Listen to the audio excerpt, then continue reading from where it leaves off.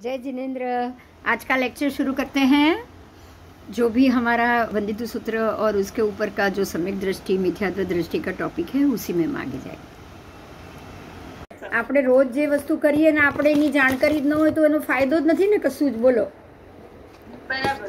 હા, આપણને સમ્યક દર્શન જોઈએ છે પણ સમ્યક દર્શન ક્યાંથી આવે છે એ જ નથી ખબર તો એનો શું ફાયદો? કોઈ ફાયદો નહીં, બરાબર ને? સમ્યક દર્શન કઈ રીતે મળે, શું સાચું છે શું ખોટું છે, કઈ ક્રિયા સાચી છે, આપણને એની જો ખબર જ ન હોય ને તો પછી એનો કઈ અર્થ જ નથી, એમ કહેવાનો અર્થ એ છે, રાઈટ? ચાલો, જય જીનેન્દ્ર। જય જીનેન્દ્ર। યસ, આજનું લેક્ચર શરૂ કરીએ। આજે ઓલું નથી રાખ્યું કારણ કે આપણે હજી હમણાં એમાંથી આપણે સમ્યક દર્શનના ટોપિક ઉપર જ જઈ રહ્યા છીએ એટલે ओके। हाँ, स्थवीर कल हमारा जो टॉपिक था वो स्थवीर। स्थवीर हम किसको कहते हैं? तो जो मुनिराज बलवान प्रवर्तक के रूप में स्थिर हो, प्रवर्तक जी को यहाँ पे सहचर्य के कारण स्थवीर बताया गया है। तो जो प्रवर्तक है उनको यहाँ स्थवीर कहा गया है। अब आगे गज का कोई भी कार्य आ जाए, अब आगे ये कार्य करते करते अगर गज का कोई भी कार्य आ जाता है तो अपनी आत्मा में अनुग्रह बुद्धि से, मतलब अपनी बुद्धि से उस कार्य को करने में शीघ्रता से प्रवृत्त हो जाए। आज आपको पता है कि क्लास में बहुत सारे बच्चे होते हैं, लेकिन जब कोई खास मैटर हो या टीचर को कोई चीज चाहिए तो कुछ स्टूडेंट ऐसे होते हैं जो सामने से बोलते हैं लाओ टीचर मैं आपका काम करती हूँ। करते कि नहीं करते? हाँ। जिसको हम मॉनिटर कहते हैं, जिसको हम ऐसे कहते हैं कि ये बच्चे कुछ भी जब भी जरूरत हो वो सबसे पहले आके काम ये खत्म करना चाहेंगे। तो बिल्कुल इसी तरह से खेद रहित कोई भी कार्य करने वाला और शीघ्रता से वो कार्य को पूर्ण करने वाला जो व्यक्ति, जो महात्मा होते हैं, जो सूत्र अर्थ और दोनों को तदुभय, दोनों सबको जानने वाला, सूत्र को भी जानने वाला, अर्थ को भी जानने वाला और तदुभय मतलब दोनों का मतलब आपको समझाने वाला, तो ये ज्ञानी भी हो गया, ये ज्ञानी भी हो गया, कार्य करने की तीव्रता वाला हो गया, शीघ्रता वाला हो गया। तो ऐसा कोई स्थवीर या महात्मा जो है वो गज का प्रिय बनेगा कि नहीं? बनेगा। तो उनको तो गज का जो प्रिय है वो प्रवर्तक भी तो है ही। हाँ, तो ऐसे प्रवर्तक को गणावत छेदक कहा जाता है। क्या कहा जाएगा? गणावत छेदक। गण का मतलब जो हमारा पूरा क्लास है वो, और गणावत छेदक मतलब क्लास का मॉनिटर। इजी है ना अभी समझना? हाँ, तो ऐसे महात्मा का जो प्रिय है, महात्मा के सारे काम करने वाला है और संघ का कार्य, महात्मा का कार्य जो खुश होके पूर्ण करने वाला है उसको गणावत छेदक कहा जाएगा। क्योंकि पूरे गण का वो गण का स्थापने वाला नहीं है, लेकिन गण की प्रवृत्ति में हमेशा रत रहने वाला है। हो गया वो? ऐसा आप कहोगे उसे? यस, हम ऐसा उसको कह सकते हैं। अब आगे जाएंगे तो ये आपको जो 4-5 नाम जो बोला गया था महात्माओं की अलग अलग स्थितियाँ वो हो गई। और आपको ये पता होगा साध्वी जी को प्रवर्तिनी पदवी दी जाती है, मालूम है वो? हाँ, तो ये प्रवर्तक प्रवर्तिनी हो गया। ये जो प्रवर्तिनी पदवी है वो शास्त्रोक्त है, ये समझ में आ गया अभी? जैसे ये प्रवर्तक शास्त्रोक्त है ऐसे ही। अब वंदितु सूत्र की पहली गाथा में जो कहा गया है, पड़ी इच्छामि पड़ी कमियों। इच्छामि मतलब मैं इच्छा करता हूँ कि मैं प्रतिक्रमण करूँ। प्रतिक्रमण मतलब मैं प्रायश्चित करूँ। समझ में आया? अगर आप इच्छा नहीं करोगे तो आज्ञा नहीं ले पाओगे, आज्ञा नहीं लोगे तो आपका प्रतिक्रमण व्यर्थ हो गया। आप मन से कुछ भी सोचो कि नहीं मुझे किसी से दुश्मनी नहीं है तो मुझे कोई प्रतिक्रमण की जरूरत नहीं है, ऐसा चलेगा? बताओ। नहीं चलेगा। क्रिया करके आपको पूरे दिन के जितने भी पाप हुए हैं उसकी क्षमापना मांगनी ही पड़ेगी, बराबर? अब दर्शन, ज्ञान और देशवीरति, श्रावक हमारे पास क्या है? अब हमारी बात की है क्योंकि ये वंदितु सूत्र हमारे लिए, समझ में आया? पक्षी सूत्र है महात्माओं के लिए, लेकिन हमारे लिए तो वंदी तू ही पक्षी सूत्र है ना। अगर हम अकेले सामायिक करेंगे, संवत्सरी का प्रतिक्रमण करेंगे तो हमको वंदी तू ही बोलना है, हमको पक्षी सूत्र की परमिशन नहीं है। बराबर?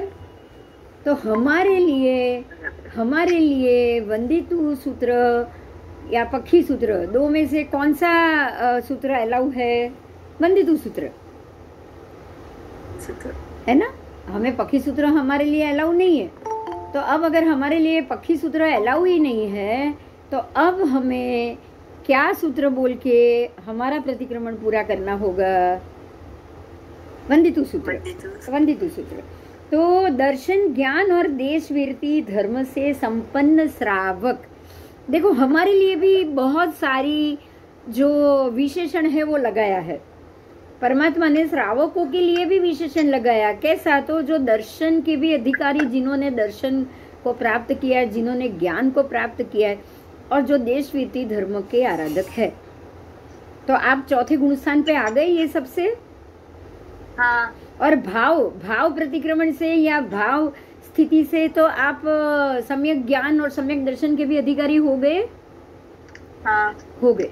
तो ये तीनों आने से देशवीरती धर्म में संपन्न आत्मा, जो आत्मा देशवीरती धर्म, सम्यक ज्ञान, सम्यक दर्शन से संपन्न है, उसी की बात हो रही है। ध्यान दीजिएगा। अगर जिसको लगे कि ये सारा ढकोसला है, इसकी जरूरत नहीं है, इसमें कोई प्रतिक्रमण करने की जरूरत नहीं, कोई ये भव परभव में नहीं मानता, कोई किसी को सम्यक ज्ञान मिथ्यात्व के में फर्क ही नहीं दिख रहा है, किसी को ये सारी चीजों को मानना ही भी भगवान कहाँ है, लाओ प्रूफ लाओ, उसके लिए ये शब्द नहीं है।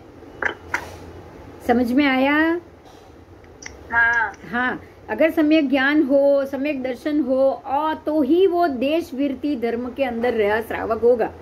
अगर सम्यक ज्ञान, सम्यक दर्शन नहीं है तो वो देशवीरती धर्म में भी नहीं है, क्योंकि चौथे गुण स्थानक देशवीरती है, उससे पहले तीसरे में ही अवीरती सम्यक दृष्टि आ गई। आ गई? हाँ।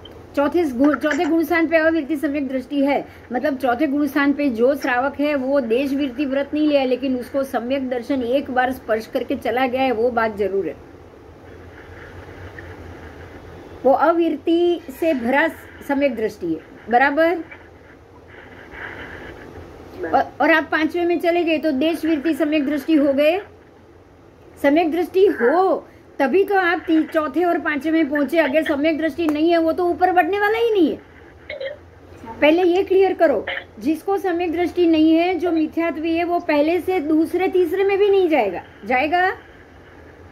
हाँ। नहीं जाएगा। लेकिन जो सम्यक दृष्टि हो चुका है वो चौथे में भी पहुंचेगा, पांचवे में भी पहुंचेगा। हाँ कि नहीं? हाँ। हाँ। तो अब ये जो श्रावक है वो देशवीरती धर्म से संपन्न आत्मा है, तो वो सम्यक दृष्टि है और है, सम्यक ज्ञानी है और है, और हमेशा गुरु महाराज के मुखारविंद से साधु और श्रावक की समाचारी को दत्त चित्त होके सुनता है। मतलब दत्त चित्त मतलब बिल्कुल एकाग्र हो गया है, उसको मजा आ रहा है, वो दो क्वेश्चन कर रहा है, वो अपने बारे में भी जानना चाहता है, एकाग्र चित्त होकर वो सुन रहा है। इसीलिए तीर्थंकर परमात्मा ने उसको निश्चय से श्रावक कहा है। बात समझ में आ गई? अभी आप श्रावक कब हो? अगर आप पांचवें गुण स्थान में, देशवीरती गुण स्थान में सम्यकत्व सहित हो तो ही आप श्रावक हो, नहीं तो नहीं। समझ में आ गया या कोई प्रश्न है? आ गया। आ गया। चलो। जिनेश्वर भगवान ने प्रवचन में श्रद्धा रखने वाले, सुपात्र में दान देने वाले और सुविहित मुनि भगवंतों की सेवा करने वाले, देखो तीन बात बताई। क्या बताई? पहले तो प्रवचन में श्रद्धा, फिर सुपात्र दान और मुनि भगवान की सेवा। तीन बात आ गई। बराबर? ये तीन करने से पाप कर्मों को नाश करने वाले बनोगे। कैसे बनोगे बताओ? ये तीन चीज बोलो फिर से। पहले तो परमात्मा की प्रवचन में श्रद्धा, तो जैनागम आवी गयु, હા જીનાગ્ના અને જૈનાગમ બંને આવી ગયું, બરાબર? હા હા. પછી સુપાત્રમાં દાન. હવે સુપાત્રને દાન આવ્યું, સુપાત્રને દાન આવ્યું એટલે દયા ધર્મ પણ આવી ગયો, હા કારણ કે તમે દાન કરો છો એ પણ સુપાત્રને કરો છો. તમે જે દાન કરો છો એ સુપાત્રને કરો છો, તો સુપાત્ર પ્રત્યે દાન કરવું તો જ પુણ્ય વધે. નહીં તો તમારું દાન જો કોઈ કુપાત્રને ગયું તો એ જ પૈસાનો દુરુપયોગ થયો તો એનો પાપ પણ તમને ચડવાનું છે ને, ઇનડાયરેક્ટ હા ચડશે ચડશે. એટલે સુપાત્રને દાન કેમ કીધું? સુપાત્રને દાન કરવું એમ કેમ કીધું? કારણ કે તમે જે કંઈ પણ હા એ તો સર્વવીરતી વાળા છે ને, એટલે જેમાં વાપરશે દાન કરશું તો એ પુણ્યના ખાતામાં જ જવાનું. બસ એ પણ જે પુણ્ય કરશે એ પણ તમને ભેગું થશે, એમનો પુણ્ય અમારામાં જોડાશે. અને કોની સેવા? તો સુવિહિત મુનિ ભગવંતોની સેવા. કોની સેવા? સુવિહિત મુનિ ભગવંતોની સેવા. હવે મુનિ ભગવંતની સેવા કરો તો તમારું સાધુ સાધ્વી શ્રાવક શ્રાવિકા, જો સુપાત્રને દાન એટલે શ્રાવક શ્રાવિકા અને મુનિ ભગવંતની સેવા એટલે સાધુ સાધ્વી, તો તમારા ચારે ચાર ક્ષેત્ર આવી ગયા એમાં. જો સાધુ સાધ્વી શ્રાવક શ્રાવિકા ચારે ક્ષેત્રો આવી ગયા. હવે એ ચાર ક્ષેત્ર આવ્યા, જીનાગ્ના આવ્યું અને જીનાગ્ના આવ્યું એટલે પરમાત્માની પૂજા પણ આવવાની જ છે ને. તો આગમ, જીનાગમ, પરમાત્માની પૂજા અને પરમાત્માના મંદિરો, તો તમારા 7 ક્ષેત્રો આવી ગયા. આવી ગયા કે નહીં? આવી ગયા. તમારા 7 ક્ષેત્રો આવી ગયા. તો 7 ક્ષેત્ર અને 7 ક્ષેત્રોમાં ધર્મના પ્રમાણને તમે જો ધ્યાનથી અને સમ્યક દ્રષ્ટિથી જ્ઞાન સહિત દર્શન સહિત જો આ 7 ક્ષેત્રોનું તમે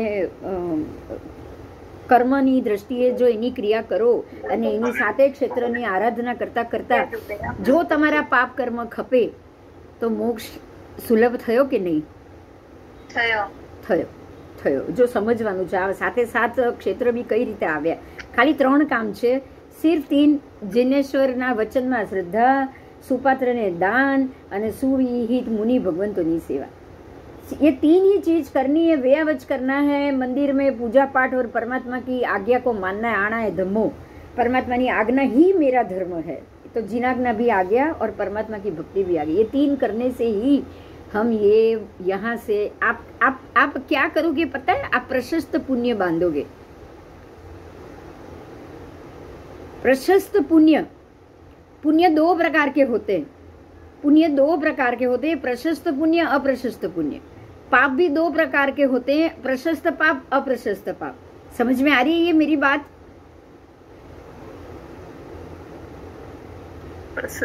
हाँ। पुण्य तो बंधना ही है। आप कुछ भी काम करो, अच्छा करोगे तो पुण्य तो बंधेगा ही बंधेगा, बराबर? हाँ। अच्छा काम करो तो पुण्य बंधेगा। आज आप जो शनिवार जाते हो, मंदिर में जाते हो, तो मंदिर में गए, आप अच्छा तो काम किया ही। अब शनिवार को वहाँ बहुत सारे भिखारी बैठे हैं, तो शनिवार को हनुमान जी की वो लोग पूजा करते हैं, इसलिए आपको वहाँ पे बहुत सारे भिखारी और ये मिलेंगे। आपने वहाँ जाकर दान दिया या जो भी, उसको भी अनुकंपा दान तो हम बोलते ही है। तो इससे अनुकंपा दान से क्या बढ़ा पता है? पुण्य बढ़ा। क्या बढ़ा? पुण्य बढ़ा। दान करने से पुण्य बढ़ा, लेकिन क्या प्रशस्त पुण्य बढ़ा? ये प्रश्न है। नहीं। कौन सा पुण्य बढ़ा? अप्रशस्त। कौन सा बढ़ा? अप्रशस्त। अप्रशस्त। अब ये प्रशस्त अप्रशस्त को ही समझो, क्योंकि यहीं से ही हमें आगे सारी चीज मिलेगी। क्योंकि अगर पुण्य तो हमें हमसे होगा ही होगा, तो पुण्य होगा। देखो, परमात्मा जब अंतिम समय में चक्रवर्ती बनते हैं, तो कोई पुण्य के बल होकर तो चक्रवर्ती बन नहीं पाएंगे, नहीं बन पाएंगे। तो जो पुण्य उन्होंने बहुत बड़ी मात्रा में बांधा है, अगर ये प्रशस्त है तो वो चक्रवर्ती उसी भव में मोक्ष जाएंगे। अगर ये पुण्य आपने अप्रशस्त बांधा है तो वो ही चक्रवर्ती उसी भव में 7वीं नरक में जाएगा कि नहीं? बात समझो। चक्रवर्ती बनना आपका खाली पुण्य है। पर प्रशस्त पुण्य होगा तो वो चक्रवर्ती पद को भी आप अच्छे तरीके से भोग के मोक्ष में जा सकते हो, और अप्रशस्त पुण्य होगा वही तो आप चक्रवर्ती बन के 7वीं नारकी तक भी जा सकते हो। मेरी ये बात समझ में आई?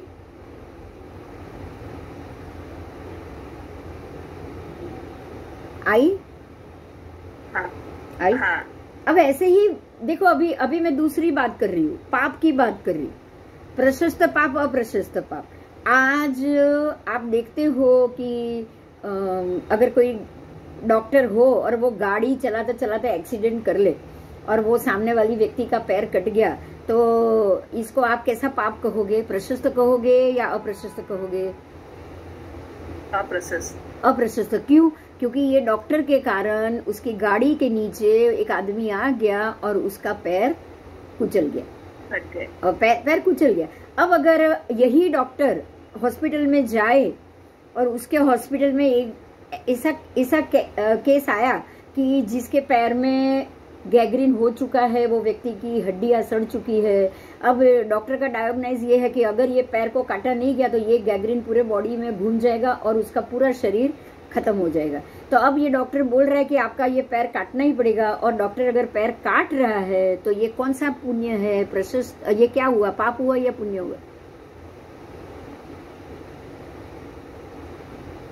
तो पाप पुण्यना दृष्टिए करे।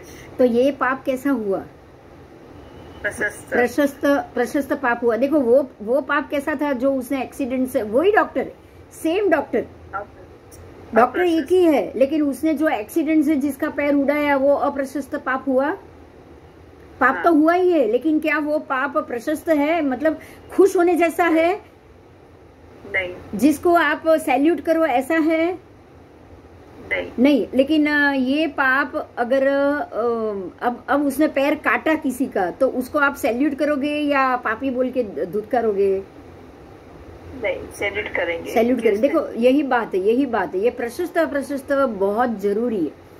सारे क्रोध, मान, माया, लोभ, पाप, पुण्य, सबके दो विभाग बराबर। जैसे दिन और रात, एक अहोरात्र के भी 2 विभाग है। दोपहर का दिन बिल्कुल धूप तड़के जैसा, और रात के 12 बजे बिल्कुल अंधेरा है। दोनों एक बराबर, दोनों में भी 2 बात आ गई, प्रशस्त अप्रशस्त। हाँ। ऐसे ही हर एक व्यक्ति, हर एक वस्तु में ऐसे ही 2 भेद आएंगे। सुपात्र को दान कर रहे हो तो प्रशस्त है, लेकिन अगर एक ऐसी व्यक्ति जो हमने तो हॉस्पिटल में पैसे लिखवा दिए, हमने हॉस्पिटल में बेड फ्री लिखवा दिया, अब वो बेड फ्री है और ऑपरेशन फ्री है। वो ऑपरेशन के लिए अगर आज कोई कसाई आया जो बुचर है, जो रोज ये मरघा बतका को मार के वो बेच रहा है, और वो आया है और उसके आपके जो फ्री पैसे हैं उसमें उसका ऑपरेशन हुआ, वो बच गया, अब वो और 10 साल जिएगा और दूसरे मरघा बतका और मछलियों को मारेगा, तो ये क्या होगा? आपका दान क्या हुआ? प्रशस्त हुआ या अप्रशस्त? अप्रशस्त। अब समझ में आ रहा है? हाँ, अब समझ में आ रहा है। इनडायरेक्टली भी क्या कर लेते हैं हमको नहीं पता होता है, हम नहीं जानते हमने क्या किया। अब समझ में आ रहा है? हाँ। आओ।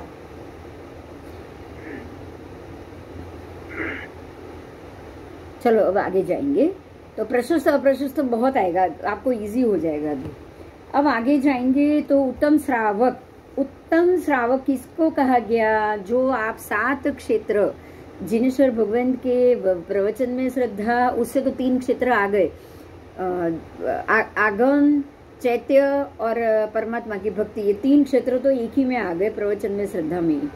और सुपात्र में दान, उससे श्रावक श्रविका भी आ गए, और मुनि भगवंतों की सेवा, तो साधु साध्वी भी आ गए। तो ये 7 क्षेत्र में भरपूर सेवा करने वाला प्रशस्त पुण्य ही पाएगा, और ये प्रशस्त पुण्य के कारण परमात्मा ने उसको उत्तम श्रावक बताया है।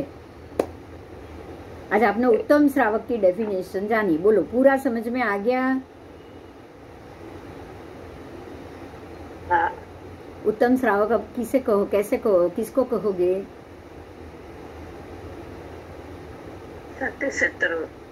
सातों क्षेत्र के अंदर उसका जो भी व्यवहार हो वो बिल्कुल प्रशस्त पुण्य बढ़ाने वाला हो। मैं एक ही बात बोलूंगी और अब ये बार बार नहीं बोलेंगे, सिर्फ प्रशस्त पुण्य, तो आपको सब समझ में आ जाएगा।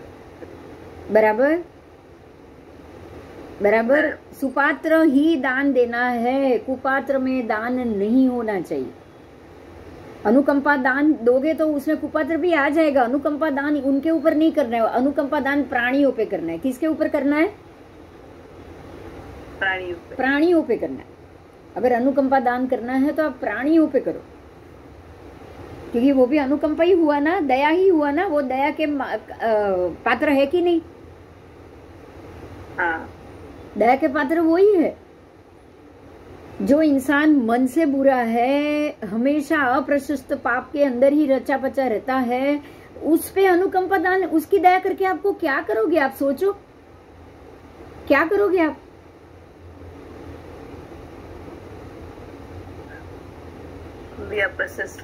पाप बांधेंगे। हाँ, खुद प्रशस्त पाप ही बांधेंगे। उसको समझ में आना चाहिए कि जो मैं कार्य कर रहा हूँ उसके कारण ही मेरी ये हालत हुई है, और इसमें से अगर मुझे बाहर आना है, अगर मैं बाहर आया तो ही अच्छे लोग मेरी मदद करेंगे। बात सही है कि गलत है? सही। अच्छे लोग आपकी मदद कब करेंगे? जब आप ये काम से, ये धंधे, ये गंदगी से बाहर आओगे। आप बाहर ही नहीं आओगे तो अच्छे लोग आपकी मदद कैसे करेंगे बताओ? फिर भी अगर उनको दान आया ना देने के लिए, मैं परमात्मा ने इसके लिए मना नहीं किया कि दान मत दो, लेकिन उसको क्या दान दोगे आप? पैसा, धन, मकान, क्या दोगे? खाना पीना, बस खाली रोटी और दवाई। क्या दोगे आप? खाली रोटी और दवाई। हाँ, खाना दोगे, अन्न दान दो और दवाई का दान दो, और कुछ नहीं। पैसा बिल्कुल हाथ में नहीं। ये चीज बहुत ध्यान में रखने वाली बात, कि अगर हमारे पास कोई ऐसा आएगा, आपको अनुकंपा, उस पे दया तो आपको सबके ऊपर करनी है। अरे भाई, आज आप उस पे दया करोगे तो कल उसको लगेगा कि भाई ये जैन धर्म को पालन करने वाला, अहिंसा धर्म को पालन करने वाला, ऐसे श्रावक, अच्छा देशवीर श्रावक बनने वाला अगर इतना पुण्य कमा सकता है तो मैं भी ऐसा बनूं। वो सोचेगा कि नहीं सोचेगा बताओ? सोचेगा। वो सोचेगा। उसको आज सबको लग रहा है कि जैन कम्युनिटी बिल्कुल आधे % भी नहीं है, लेकिन पूरे आज सबसे ज्यादा मंदिरों के अंदर या इसके अंदर पैसा खर्चा करने वाले जैन ही है, और कोई है ही नहीं। सबको पता है, बराबर है, सबको पता है। तो सबको ये बात ही उसको ये बात पे मजबूर करेगी, ये सोचने पे कि भाई ऐसा क्या ये लोग करते हैं जो इनको कभी भीख मांगने या सड़क पे आने की जरूरत नहीं पड़ती। बराबर। वो लोग ये सोचते हैं। आज आपको कोई भिखारी जैन नहीं मिलेगा, और अगर कोई जैन हुआ भिखारी बना तो आप हर एक महात्मा या हर एक व्यक्ति ये बोलेगी जाओ और इसकी मदद करो।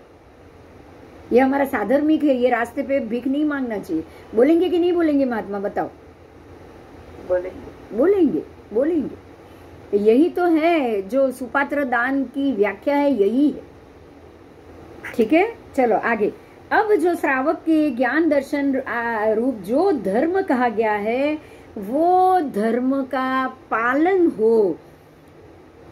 उसमें भी 4 बात आएगी, चतुर्भंगी आपको आएगी, समझ में आ जाएगा धीरे धीरे। 4 भंगा क्या है, हर एक वस्तु के 4 विभाग पड़ते हैं। श्रावक के ज्ञान दर्शन रूप जो धर्म है उसके भी 4 विभाग पड़े। अगर आप ये कर पाओ तो ये बहुत अच्छा है, लेकिन ना कर पाओ या आधा ही कर पाओ तो अतिचार लगेगा कि नहीं लगेगा? क्या लगेगा? लगेगा। अतिचार लगेगा ना। उसको क्या बोलोगे? उसको अतिचारी बोलोगे ना, कि अगर गलत कर दिया तो भी अतिचार लगेगा, नहीं किया तो भी अतिचार लगेगा। हाँ, तो इसमें अगर गलत किया या ज्यादा गलत किया उसके लिए अतिचार, फिर अनाचार, समझ में आ रहा है? फिर व्यतिक्रम, अतिक्रम, ऐसे 4 शब्द आएंगे। क्या आएंगे? अतिचार, अनाचार, व्यतिक्रम, अतिक्रम। समझेंगे ये 4 शब्द को समझना बहुत जरूरी है। हम श्रावकों के 11 व्रत में ये 4 चीज हमें लगती है। अगर अच्छे से हुआ तो बहुत अच्छा है, अच्छे से नहीं हुआ तो यही 4 चीज लगी। समझ में आ जाएगा आपको, हम धीरे धीरे उस पे आगे बढ़ेंगे। तो ये जो श्रावक धर्म है उसके जो मलिनता लगे उसके ऊपर मलिनता लग सकती है। मलिनता मतलब मैं श्रावक तो हुई, लेकिन आज मैंने वो हनुमान जी की पूजा कर ली, शनिचर को सबको भिखारी को दान दे दिया, तो ये क्या हुआ? मलिनता लगी कि नहीं लगी? लगी। क्योंकि उसमें सारे भिखारी तो कौन पता नहीं कर, शाम को आपने तो दान दे दिया, आपने पैसे दे दिया, आपने कपड़े दिया, आपने उनको रजाई दी, ये ओढ़ने का कंबल दिया, वो तो जाके बेच के आ जाएगा 100 रुपए में बेच के आ जाएगा। 500 रुपए की चीज है, कोई भी खरीद लेगा, खरीदेगा कि नहीं? और जाके खाएगा क्या? Mutton chicken. किसको दोष लगेगा बताओ? आपने को, आपको ही, हमको ही लगेगा। तो ये मलिनता लगी, हमारे दान के ऊपर मलिनता लगी। इसको कहा जाता है अतिचार। तो ये जो मलिनता मेरे पे लगी, अतिचार रूप मलिनता 15 दिन के अंदर, ये 15 दिन के बाद इसका प्रायश्चित होता है पक्षी प्रतिक्रमण में। तो वो अतिचार से वापस हटने की इच्छा भी हमारे अंदर होनी चाहिए। अगर हम लोग यही मान ले कि अरे ये तो होता है, ये भी भगवान ही है ना, तो ये क्या हुआ? मिथ्यात्व हुआ। हाँ, तो हमारे लिए क्या है? तो ये मिथ्यात्व से हटना। अगर दान ही दिया है, कोई गलती नहीं किया, उसने क्या खाया क्या नहीं पिया, उससे मेरे को क्या लेना देना, तो ये भी गलत हो गया। ये भी गलत हो गया। तो इससे वापस हटने की जो प्रक्रिया है उसको अतिचार कहा गया है। यहाँ अतिचार लगते ही सभी अतिचार को ग्रहण करना, जो ग्रहण हम करके बैठे हैं 15 दिन तक, यही अतिचार हमने ग्रहण करके रखे हैं। ये अतिचार से बाहर निकलने के लिए आपको पंचाचार करना पड़ेगा। क्या करना पड़ेगा? पंचाचार। पंचाचार किसको कहते हैं? किसी को याद आए तो बताओ। 8 गाथा કરીએ છે ને અતિચારના બદલે દેવસી પ્રતિક્રમણમાં। પાળે પંચાચાર, હું તમને હિન્ટ આપું। નાનમની દંશનમી ઓલી પંચાચારની 8 ગાથા। એ તો જ્ઞાનના અતિચારની 8 ગાથા છે, પંચાચાર નહીં। પંચાચારમાં જ્ઞાનાચાર એક જ આવ્યું। હું 5 આચારની વાત કરું છું। પંચાચાર પાળે પડાવે પંચાચાર।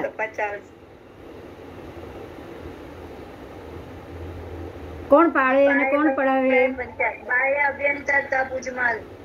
હા, અને પણ પાળે અને પડાવે કોણ? પંચાચાર ને સાધુ સાધી ભગવાન, આચાર્ય ભગવાન। આચાર્ય ભગવાનના ભગવાન તો ના સાધુ ભગવાન તો ના ગુણ છે, એને પંચાચાર કહેવાય। કયા કયા 5 આચાર? જો આમ હું બોલીશ એટલે યાદ આવી જશે। જ્ઞાનાચાર, દર્શનાચાર, ચારિત્રાચાર, તપાચાર, વીર્યાચાર। આમ બોલીએ છે ને, જ્ઞાનાચારે 5 અતિચાર, દર્શનાચારે 8 અતિચાર। આમ બોલો છો કે નહીં આવી રીતે? હા, બોલીએ છે। આમાં જ અતિચારમાં જ બોલો છો, યાદ આવશે તમને। ચારિત્રાચારના અતિચાર, તપાચારના અતિચાર, વીર્યાચારના અતિચાર બોલો છો કે નહીં? તો આ 5 આચારના જ ટોટલ 124 અતિચાર છે। અતિચારમાં છે શું? તમે आपने ज्ञानाचार पूरा नहीं किया, ठीक तरह से नहीं किया तो अतिचार लगा, तो वो अतिचार का आप प्रायश्चित कर रहे हो। समझ में आया? तो टोटल पंचाचार के टोटल अतिचार कितने? 124। कितने? 124। हम लास्ट बोलते हैं। आप देखो 124 अतिचार मां है। जे कोई दोष लाग्यो होय ते सवी मिच्छामि दुक्कडम। तो ये 124 अतिचार है किसके? पंचाचार के। बोलो, नहीं पता था ना? अतिचार तो कितने आज तक बोल दिए, यही नहीं पता कि हम किस चीज के अतिचार की प्रतिक्रमण कर रहे। बराबर? जो पाटी, पगरण, पोथी, ठवली, कवली, नौकार वाली, सापड़ा, सापड़ी, आज हम लोग ये जो बोलते हैं अतिचार में, वो ज्ञानाचार के अतिचार किसके है? ज्ञानाचार के। ऐसे दर्शनाचार के, जैसे हम किसी की बात पे शंका, कंख, विगिच्छा, पसंद, तंथो, पुलिंगी सु, ये क्या है? दर्शनाचार के अतिचार। क्या है ये? ये सम्यकत्व के अतिचार। तो सम्यकत्व के अतिचार तो दर्शनाचार के अतिचार आए ना, सम्मत सहियारे बोलते हैं कि नहीं हम? तो सम्यकत्व के अतिचार मतलब दर्शनाचार के अतिचार। हुआ कि नहीं? हुआ। आओ, तो कुल 5 के, अब सुनो, मैं फिर से बोल रही हूँ, वो ये 5 आचार के पालन करने में 124 अतिचार लगते हैं। मतलब कि सम्यकत्व के 5 अतिचार हम बोलते हैं ना, सम्मत अय्यारे। अब सम्यकत्व के कितने अतिचार? 5। ठीक है। प्राणातिपात वीरमण व्रत, मृषावाद वीरमण व्रत, ऐसे 12 व्रत श्रावक के हैं। वो 12 व्रत के प्रत्येक के 5-5 अतिचार कितने हुए? टोटल 60 अतिचार हुए। तो ये 12 व्रत के भी प्रत्येक के 5 अतिचार, उसमें से 7वें जो भोगोपभोग व्रत है ना, भोगोपभोग व्रत, उसके अंदर कर्मादान के 15 अतिचार। देखो 60 अतिचार तो हो गए। अब जो श्रावक के 12 व्रत है उसकी बात हो रही है। 12 व्रत में से 7वें व्रत के टोटल 15 अतिचार बढ़े। ठीक है। फिर ज्ञानाचार के उसी में 15 अतिचार में ही ज्ञानाचार के 8 अतिचार, दर्शनाचार के 9 अतिचार, दर्शनाचार के 9 अतिचार, तपाचार के 12 अतिचार, वीर्याचार के 3 और संलेखना के 5 अतिचार। प्रत्येक प्राणातिपात, वीरमण आदि 12 व्रत के प्रत्येक के 5, तो वो 60 अतिचार, 12 व्रत के 60 अतिचार। उसके बाद ज्ञानाचार, उसके 9, दर्शनाचार के 9, चारित्राचार के 9, चारित्राचार के मेरे ख्याल से ये सारे 8 है ना, 8 है 8 अतिचार। ये 8 है कि 9 हिंदी में मेरे को समझ में नहीं आ रहा है, पर मुझे लग रहा है सारे 8 ही है। 8 अतिचार। फिर 12 अतिचार आए तपाचार के 12, वीर्याचार के 3 और लास्ट संलेखना के 5 अतिचार। अब सारा टोटल करोगे तब वो 124 अतिचार होगा। और हम पूरे हमारे अतिचार के अंदर ये 124 अतिचार के प्रत्येक की डिटेल से माफी मांगते हैं ना? हाँ, ज्ञानाचार में पाटी, पोथी, ठवली, कवली, नौकार वाली, उसकी आसाधना कभी मांग लेते। दर्शनाचार में शंका, कंख, विगिच्छा, भगवान के बल पे शंका कर ली, उसकी भी मांग लेते कि नहीं? चलो, तो ये बहुत अच्छी बात है। जो 124 अतिचार है उसके अंदर हमारे पूरे दिन की सारी पापों की जो भी श्रृंखला है वो सबसे आप बाहर आ सकते हो। आप अब आप सोचो कि महात्माओं ने हमारे ऊपर कितना बड़ा उपकार किया है कि उन्होंने हमारे दिन के सारे छोटे छोटे कर्म और पाप की प्रायश्चित रूप माला बना के हमारे सामने रख दी है। बोलो, रखी है कि नहीं रखी है? रखी है। तो यही तो उनका उपकार है, परमात्मा का और महात्माओं का। अब मैं इन अतिचारों से निवृत्त होना चाहता हूँ, यही बोलोगे ना अब सब? हम इच्छा में पड़िकम युग जब बोलेंगे तब। हाँ, आओ अब यहाँ आगे जाएंगे। प्रतिक्रमण शब्द के 8 अलग अलग विषय अनुसार उन्होंने वाचक पर्याय शब्द दिए हैं। प्रतिक्रमण के ही 8 अलग अलग पर्यायवाची शब्द, जैसे कि प्रमाद को वश होके अपने स्वस्थान से पर स्थान में गया हुआ वापिस स्वस्थान में आए तो उसको प्रतिक्रमण कहा जाएगा। बात समझ में आई? प्रमाद से वश होके मैंने अपने स्वस्थान आत्मा को छोड़ के मैं शरीर के भोग के अंदर गई, भोग में गई, तो वो मैं स्व को छोड़ के पर में गई ना। हाँ। तो अब पर में से मुझे वापस आना है स्व में, और मुझे जो मैंने पर में जाके जो भी मैंने क्रिया की उसका मुझे प्रतिक्रमण करना। तो प्रतिक्रमण में हम जो बाह्यात्मा बोलते हैं, अंतरात्मा से आप बाह्यात्मा में गए तो उसका प्रतिक्रमण जरूरी है कि नहीं? बोलो। बहिरात्मा अंतरात्मा जानते हो? दक्षा जानती है? दक्षा मालूम है बहिरात्मा अंतरात्मा?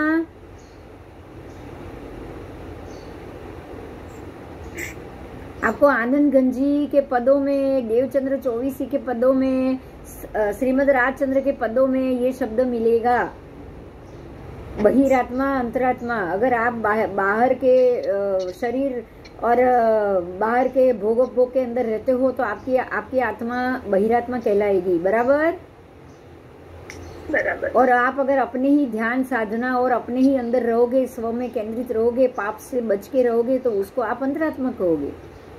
ठीक है?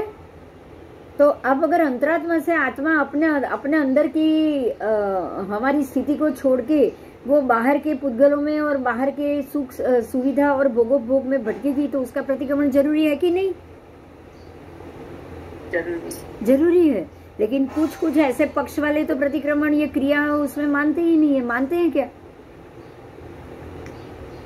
नहीं मानते। श्रीमद राजचंद्र वाले तो प्रतिक्रमण में बिल्कुल भी नहीं मानते।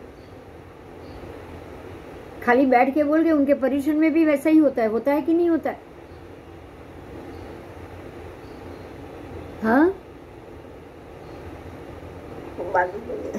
2 टाइम प्रतिक्रमण भी नहीं होता है। खाली 7 बजे शाम को 15 मिनट के लिए बैठ गए, भक्ति कर ली, बस, और कुछ नहीं। लेकिन ये सबसे हमको समझ में आ रहा है कि ऐसा क्या होना जरूरी है, ऐसा चाहिए क्या, ये सही है? सही है? नहीं है। अगर आपने पापमयी पूरा दिन पापमयी रह के हमें पाप से युक्त होके बहिरात्मा में, बहि पुद्गल में हम अगर पूरा दिन रहे हैं, तो हमें वो दिन की जो भी क्रिया है उससे वापस अपने स्व आत्मा में आके उसका प्रायश्चित करना जरूरी है। अगर नहीं करोगे तो कर्म चढ़ता ही जाएगा। आत्मा पे कर्म लगते जाएंगे कि नहीं? लगते जाएंगे। स्वस्थान ही धर्म है और पर स्थान पापमयी अतिचार से युक्त जीवन है। समझ में आया? हाँ। हमारा स्वस्थान आत्मा ही धर्म है, आत्मा ही धर्ममय है। आत्मा में रहना ही आप धर्म का आचरण कर रहे हो। बाहर रह के जैन धर्म का पालन कर लिया तो आप जैन धर्मी बनने से धर्म कर रहे हो, ये गलत है। जैन धर्म का पालन जब तक आप अहिंसा नहीं रखोगे तब तक जैन धर्म का पालन है ही नहीं है। नहीं है। ठीक है? तो इस व्याख्या में स्वस्थान ही धर्म है, पर स्थान पापमयी अतिचार युक्त जीवन है। उस पर स्थान से चारित्र धर्म में आना ही प्रतिक्रमण है। बहुत बढ़िया व्याख्या प्रतिक्रमण की, समझ में आया? हाँ, पर में भटके हुए जीव को प्रतिक्रमण जरूरी। प्रतिक्रमण मिच्छामि दुक्कडम, निंदा आदि एकार्थवाचक शब्द है। मिच्छामि दुक्कडम भी प्रतिक्रमण ही है। मतलब मैं मेरे किए हुए दुष्कृत्य की माफी मांग रही। आप बोल के मांग रहे, प्रतिक्रमण क्रिया से हो रहा है। तो खाली बोलने से वचन के ही होंगे, क्रिया नहीं आएगी। लेकिन प्रतिक्रमण करने से मन वचन काया तीनों से मुक्त हो पाओगे। बराबर?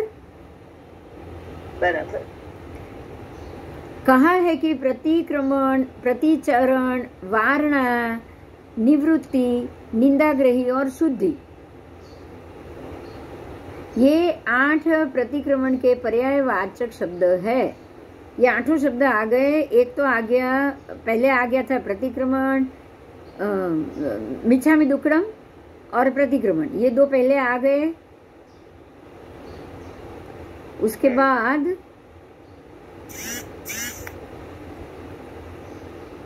प्रतिचरण, वारणा, निवृत्ति, निंदाग्रही, शुद्धि, और 8वां मिच्छामि दुक्कडम, निंदा तो पहले आ गई थी। हाँ, और प्रतिक्रमण खुद। ऐसे 8 पर्यायवाची उसके शब्द है। प्रतिक्रमण का प्रतिचरण शब्द रूप भेद का अर्थ ज्ञानादि का आसेवन के लिए है, और ये ज्ञानादि का सेवन कर लेने के बाद भेद मिथ्या दुष्कृत, भेद ज्ञान मतलब मेरे दुष्कृत्य मिथ्या हो, तो मेरे दुष्कृत्य जो मैंने किए हैं वो मिथ्या हो जाए, तो ये आपने ये चीज भेद ज्ञान के बगैर संभव नहीं है, क्योंकि दुष्कृत्य किसके हैं?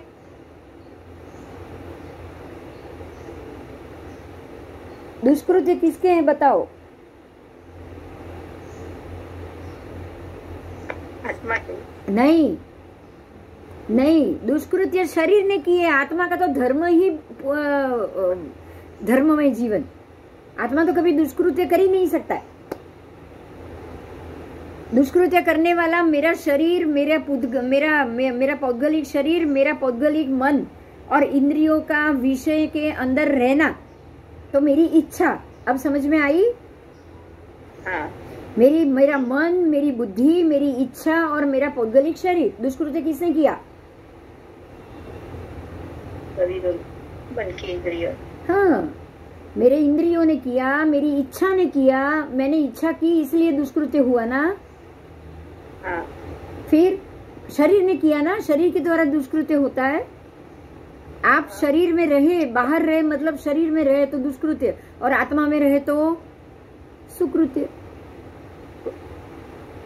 और खास करके धर्म, तो आप धर्म में रहोगे, आत्मा में रहोगे तो हाँ, आत्मा से निकल के जैसे ही शरीर के भोगोपभोग में गए, आप समझ लो आप अधर्म में हो, पापमयी जीवन में हो। धर्म अधर्म भी क्लियर हो गया। अधर्म किसको कहोगे? तो शरीर को छोड़ के, शरीर के पीछे जाऊं, आत्मा को छोड़ के मैं शरीर की ही सेवा शुश्रूषा करूं, शरीर के ही भोग करूं, तो ये अधर्म हुआ।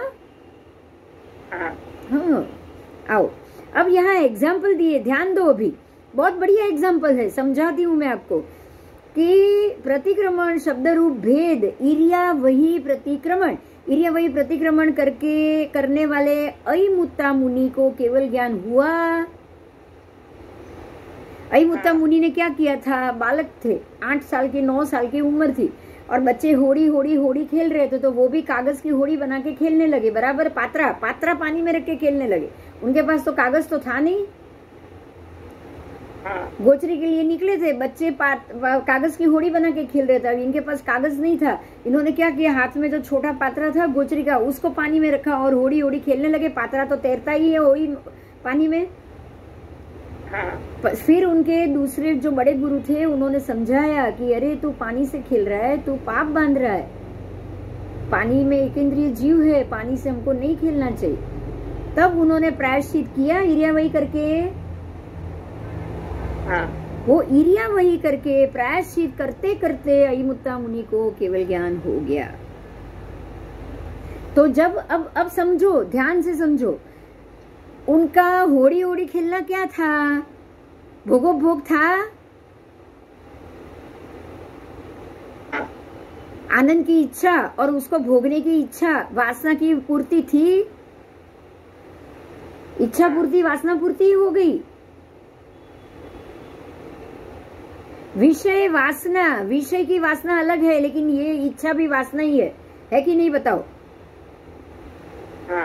है। तो इच्छा पूर्ति, इच्छा कर लिया कि मैं भी होड़ी खेलूं, पात्रा से होड़ी खेलना, तो मतलब वो धर्म से बाहर निकले, स्व से बाहर आए और पुद्गल का भोग का आनंद लिया, ये पाप था। और वो पाप से जैसे ही वो वापस आ गए कि नहीं, मुझे तो अब तो एक इंद्रिय को भी छूने का पाप नहीं करना है, तो कर्म खत्म हो गए थे, केवल ज्ञान होने में देर नहीं लगी। तो पाप से हटना ही केवल ज्ञान और प्रतिक्रमण है। समझ में आ गया? हाँ, ऐसे ही अब निंदा की बात की है। ये तो सारे हम ये कहेंगे कि भोग की इच्छा से अयमुत्ता कुमार बाहर निकले। अब निंदा के लिए एक एग्जाम्पल दिया है। निंदा से मृगावती जी और चंदनबाला के बीच में क्या हुआ था? चंदनबाला ने मृगावती की वहां रुकने की बात को निंदा बताई। निंदा की उन्होंने। निंदा मतलब ऐसे की कि भाई ये तूने गलत किया है, तू उधर रात को इतनी देर तक बाहर क्यों रही?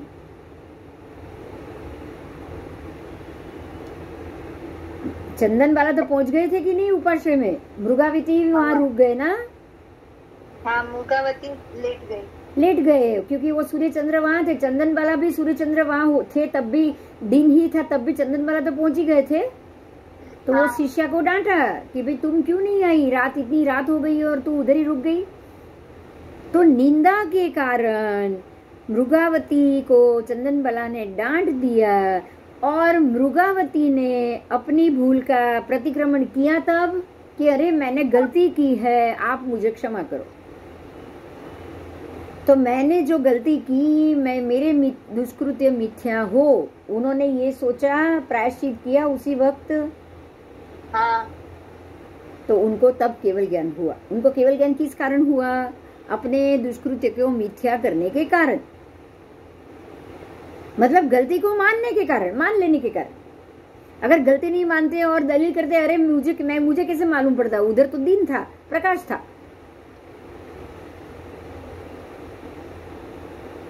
बात समझ में आ रही है? हाँ। हम अपना बचाव करते हैं ना जब कुछ गलती होती है तो। हम हर बार क्या करते हैं, सोचो, बचाव ही करते हैं। लेकिन अगर दुष्कृत्य मेरे से जो गलती हुई, गलती तो हुई है, गलती तो हुई है, अंधेरा तो था ही तब जब उपाश्रम में पहुंचे, तब तक तो अंधेरा हो चुका था। हाँ। देव जैसे ही समोसरण से निकल गए दोनों, तभी पूरा अंधेरा तो हो ही गया, छाया गया सब जगह। हाँ। तो गलती तो थी ही। अब गलती करने पे भी अगर वो बचाव करते तो क्या होता? क्या होता बोलो? दुष्कृत्य की निंदा तो, दुष्कृत्य की ग्रहण सुकृत, अरे दुष्कृत्य की निंदा तो होती ही नहीं ना उनसे। नहीं, गलती की निंदा तो होती ही नहीं, गलती का स्वीकार तो होता ही नहीं कि मैं मुझसे गलती हुई है वो। तो फिर कहाँ से उनको केवल ज्ञान होता? समझ में आ रही है ये बात? हाँ। तो उनको केवल ज्ञान होने का भी कारण क्या था कि उन्होंने अपनी गलती को मानी और उन्होंने अपने दुष्कृत्य को मिथ्या ठहराया। तो गलती को मानना भी केवल ज्ञान का कारण बन सकता है ना? ये बड़ी बात बोलो, आज हमारे लिए ये बहुत बड़ी बात। अगर कोई भी चीज हो रही है, आप अपना बचाव करोगे तो वो गलत सही तो नहीं हो जाएगा ना? नहीं। तो आप बचाव मत करो, क्योंकि आपके कारण ही किसी का नुकसान हुआ। तो नुकसान वाला तो आपको ही गलत मानेगा कि नहीं? चाहे आपकी गलती ना हो तो भी मानेगा कि नहीं मानेगा? मानेगा। तो उस वक्त आपको उसके पॉइंट ऑफ व्यू से सोचना पड़ेगा। किसके? सामने वाले के, जिसका गलत हुआ है उसके पॉइंट ऑफ व्यू से सोचो। उसके पॉइंट ऑफ व्यू से तो उसने तो ये स्वीकार कर ही लिया है कि आपने गलती की। उसने तो अपने मन में तय कर ही लिया है कि आपने उसका काम बिगाड़ा है। अब अगर आप माफी नहीं मांगोगे तो वो आपको माफ नहीं करेगा, वो आपके लिए एक मिथ्या गजग्रह लेके बैठ जाएगा। तो वो कहीं ना कहीं तो कर्मबंध का कारण होगा कि नहीं? होगा ही। उससे आपको कोई केवल ज्ञान, आपको केवल ज्ञान हो जाए, ये तो पॉसिबल नहीं है। आपने गलती तो मानी ही नहीं है, बराबर? हाँ। ये भी मिथ्यात्व का कारण है। आप अगर गलती नहीं मान रहे हो, ये भी मिथ्यात्व का कारण। सॉरी तो बोलना बनता है भाई। किसी का अगर कुछ काम बिगड़ा है, आपने बिगाड़ना ना चाहो तब भी सॉरी बोलना बनता है कि नहीं बनता है? बनता है। ठीक है। तो अगर लगे भी आपका काम बिगड़ा है, पर मेरी ऐसी इच्छा नहीं थी कि मैं ये काम बिगाड़ूं, लेकिन अगर आपका काम बिगड़ा है तो मेरी गलती मान के मैं मिच्छामि दुक्कडम करती हूँ। ये तो हो सकता है कि नहीं? हो सकता है। इससे होगा क्या? कर्मबंध कम होगा, बराबर? हाँ। और मृगावती जी जैसे को तो सीधा केवल ज्ञान हो गया। बोलो। अब आगे चंदन बाला की बात की है। चंदन बाला ने कैसे केवल ज्ञान प्राप्त किया? क्षमा मांगने से किया। हाँ। अब उन्होंने क्षमा कब मांगी? जब उनको पता चला तब तो नहीं मांगी, तुरंत तो नहीं मांगी, तुरंत तो वो वही सोचते थे कि भाई मृगावती की गलती है। तुरंत उन्होंने क्या सोचा, मृगावती ने गलती की, उसने माफी मांगी, ठीक है चलो उसको माफ करो। बात समझ में आ रही है? हाँ।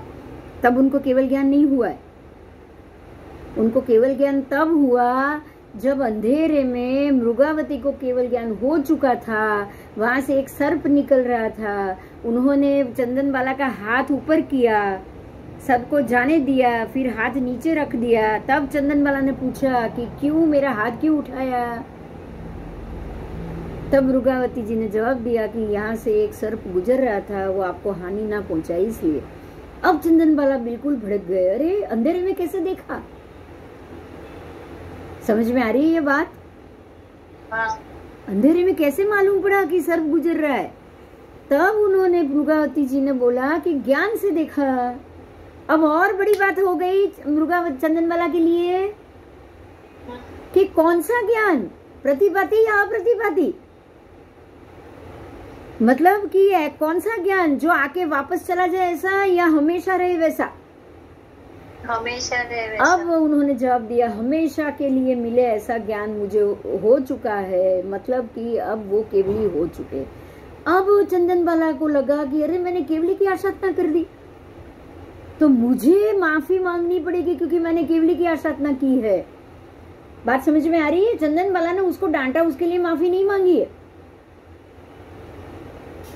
उन्होंने केवली की आराधना कर दी, उसके लिए माफी मांगी है। समझ में आई बात? हाँ। तो केवली की आराधना करने के लिए मेरे दुष्कृत्य का मैं क्षमा मांगू, या मैं मिच्छामि दुक्कडम कर रही हूँ या कर रहा हूँ, तो ये मिथ्या दुष्कृत्य के कारण आप मुझे क्षमा करो, ऐसा प्रतिक्रमण चंदनबाला ने किया। तो ये प्रतिक्रमण रूप करने से उनको केवल ज्ञान प्राप्त हुआ। अब समझ में आ रहा है कि प्रतिक्रमण या मिच्छामि दुक्कडम कितना जरूरी है केवल ज्ञान के लिए? हाँ। बिना मिच्छामि दुक्कडम, बिना मिथ्या दुष्कृत्य मिथ्या हो, बिना मेरी मुझे माफ कर दो ये शब्द के बगैर तो केवल ज्ञान आना ही नहीं, आना ही नहीं। समझ में आई बात? हाँ। अगर रोजे रोज के पाप की भी आप क्षमा नहीं मांग रहे हो तो केवल ज्ञान कहाँ से आएगा बताओ? नहीं आएगा, नहीं आएगा। आओ वंदितु सूत्र में अब तो मजा आ रहा है ना, ये शब्द भी सुन के भी हमको। हाँ। तो श्रावक धर्म में लगे अतिचार का प्रतिक्रमण करना, उसका अर्थ ये है कि मेरे दुष्कृत्य मिथ्या हो, मेरी की हुई निंदा मिथ्या हो, आदि सारे पर्यायवाचक शब्दों से बना हुआ प्रतिक्रमण से मैं विशुद्ध होना चाहती हूँ। आप क्या मांग रहे हो भगवान से? इच्छामि पडिकमियो, ये शब्द का इतना बड़ा अर्थ है। क्या अर्थ है इच्छामि पडिकमियो? हे परमात्मा, मैं मेरे सारे किए हुए अतिचार, मेरे सारी की हुई निंदा, मेरे दुष्कृत्य, मेरी मिथ्या कृत्य, वो सबसे मैं निवृत्त होके विशुद्ध होना चाहता हूँ। आप प्रतिक्रमण करोगे तब आप क्या सोचोगे बताओ?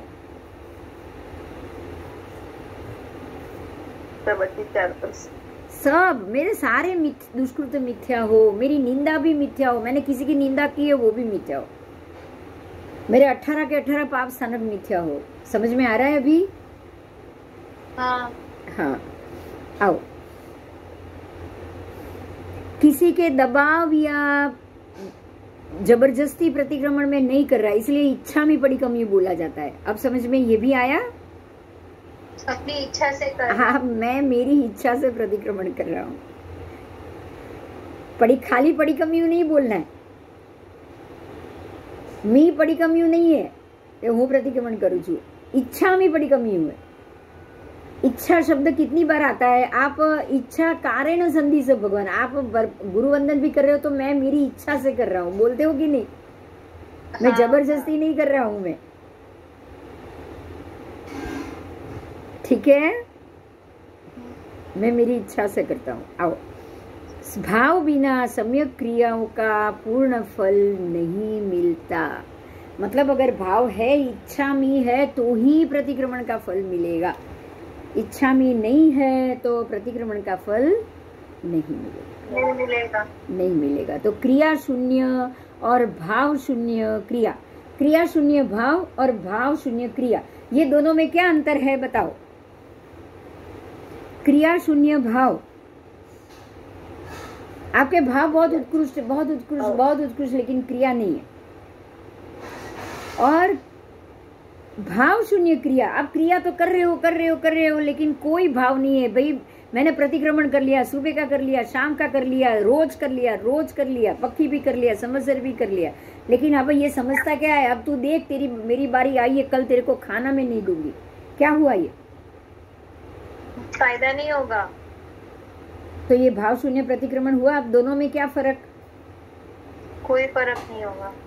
अरे क्रिया शून्य भाव प्रतिक्रमण और भाव शून्य क्रिया प्रतिक्रमण, क्या फरक?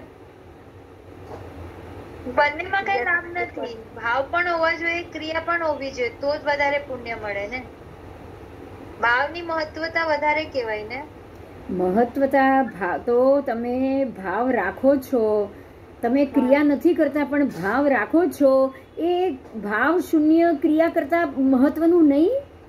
હા, ઈ વધારે ભાવનું મહત્વતા વધારે છે। એટલે બેમાં ફરક ખરો કે નહીં, પહેલા મને એ જણાવો। ચલ, હા, બેમાં ફરક ખરો કે નહીં? ફરક તો છે। ફરક, ભાવની મહત્વતા કેટલો વધારે ફરક છે। ખબર છે? કેટલો ફરક એ ખબર છે? બહુ ફરક પડે છે। यहाँ पे क्या एग्जाम्पल दिया है, मैं आप बताऊंगी ना तो सच में दिमाग घूम जाएगा हमारा। यहाँ पे ये एग्जाम्पल दिया है कि क्रिया बिना भाव, आप सिर्फ उत्तम भाव रखोगे ना तो वो सूर्य की तरह चमकेगा, तेज, वो इतना तेज देगा, सूर्य की तरह देगा। और भाव बिना की हुई क्रिया, सिर्फ आज्ञा का प्रकाश कैसा होता है? झबक झबक। बोलो कितना फर्क हुआ, बताओ।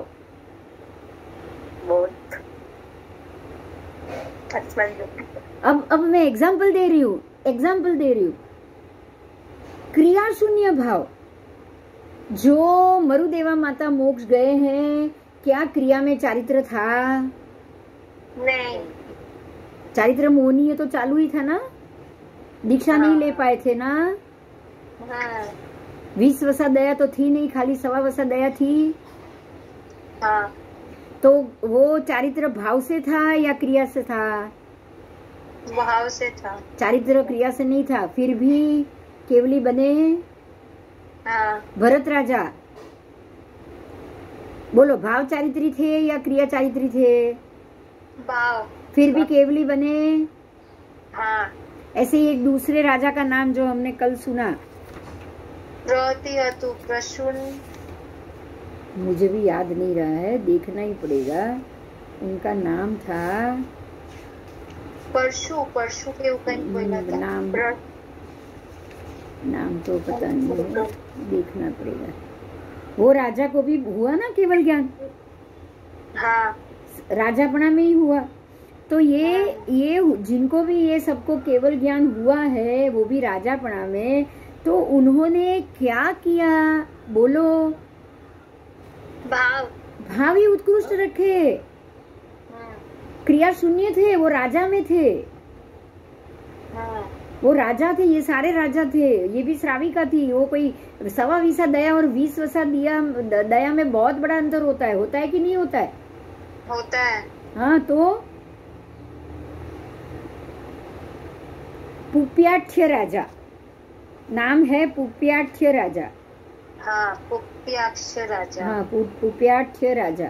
ठीक है, चलो अब यहाँ ये समझना है कि उस क्रिया का समझो अभी कि सम्यक क्रिया रहित हो, परंतु भाव की तीव्रता होने के कारण आत्मा में उस क्रिया का भाव रूप सूर्य का प्रकाश होता है।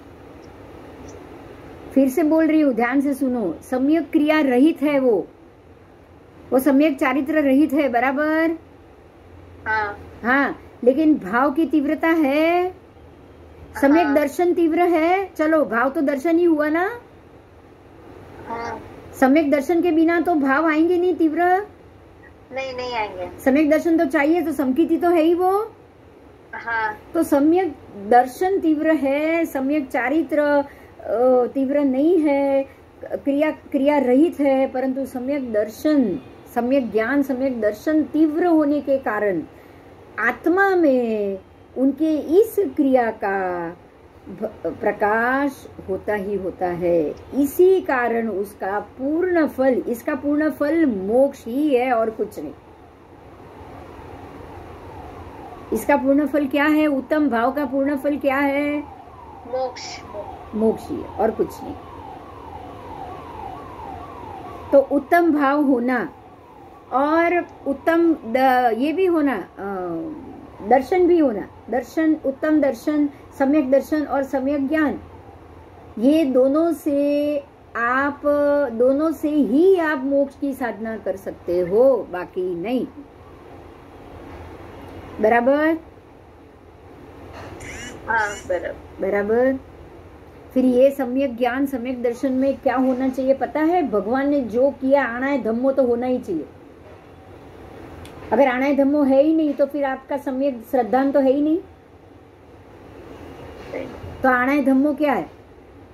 श्रावक के 12 व्रत और साधु के पंच महाव्रत। आना है धम्मो तो एज छे ने।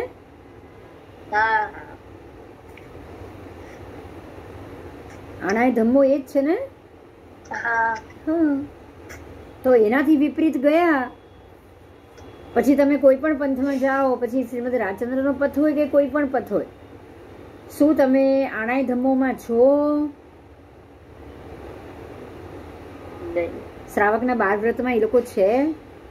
જે હસે આપણે એમ નથી કહેતા કે બધા નથી, રાઈટ? હા, બસ. તો જે હસે એ सम्यक दृष्टि, जे हसे ही सम्यक दृष्टि। बराबर? अब यहाँ સૌથી સરસ મજાની વાત શું આવી ખબર છે? सबसे बढ़िया बात क्या आई पता है?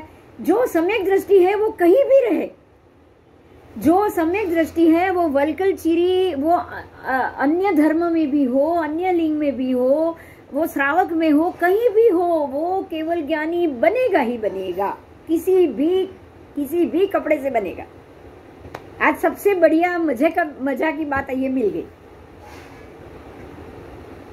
गई। हाँ। जो सम्यक दृष्टि है, सम्यक ज्ञानी है, उसको कोई दीक्षा या वो कपड़े में हो तो ही दीक्षा, तो ही उसको केवल ज्ञान मिलेगा, ऐसा कोई नियम नहीं है। हाँ। लेकिन वो सम्यक दृष्टि, सम्यक ज्ञानी भगवान की आज्ञा को मानने वाला हो तो ही वो सम्यक ज्ञानी है, नहीं तो नहीं। अब भगवान की आज्ञा क्या है बताओ? क्या है भगवान की आज्ञा? कैसे आप तय करोगे कि भगवान की ये आज्ञा है? भगवान हमारे सामने आज तो नहीं है, बराबर? हाँ। तो आप तय कैसे करोगे भगवान की आज्ञा यही थे, भगवान यही करना चाहते थे, भगवान यही कहना चाहते? कैसे करोगे? आगम ना अनुसार नहीं, आगम तो कोई भी तोड़ मरोड़ के रख सकता है, रख सकता है कि नहीं? अरे उनकी करनी से, उनकी करनी ही हमारे लिए आणाय धम्मो होगा। भगवान ने जो किया है वो करो। भगवान ने पंच महाव्रत ली, भागवती दीक्षा ली, हाँ। तो वो हमको करना चाहिए। हाँ। भगवान ने संसार का सभी सुख का त्याग किया, हाँ। वो हमें करना चाहिए। हाँ।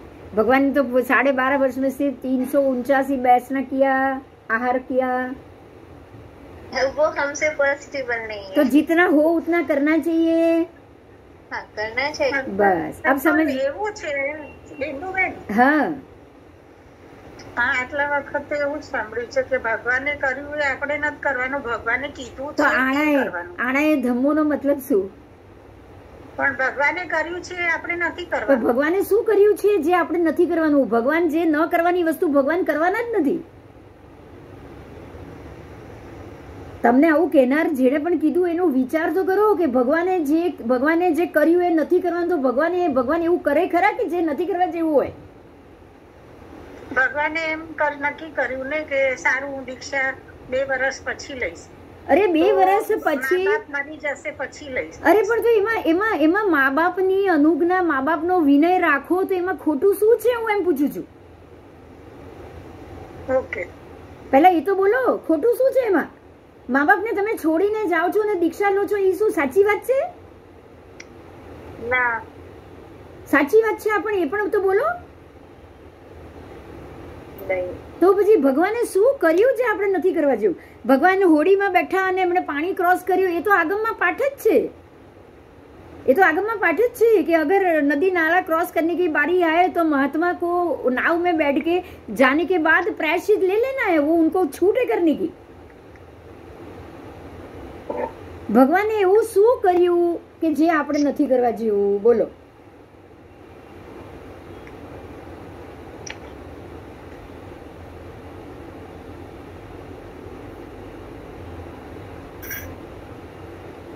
અચ્છા, મન જીનાણમ આણમમાં શું છે ખબર છે? મન જીનાણમ આણમ મિચ્છમ પરિહર ધર સંમતમ શું છે એમાં?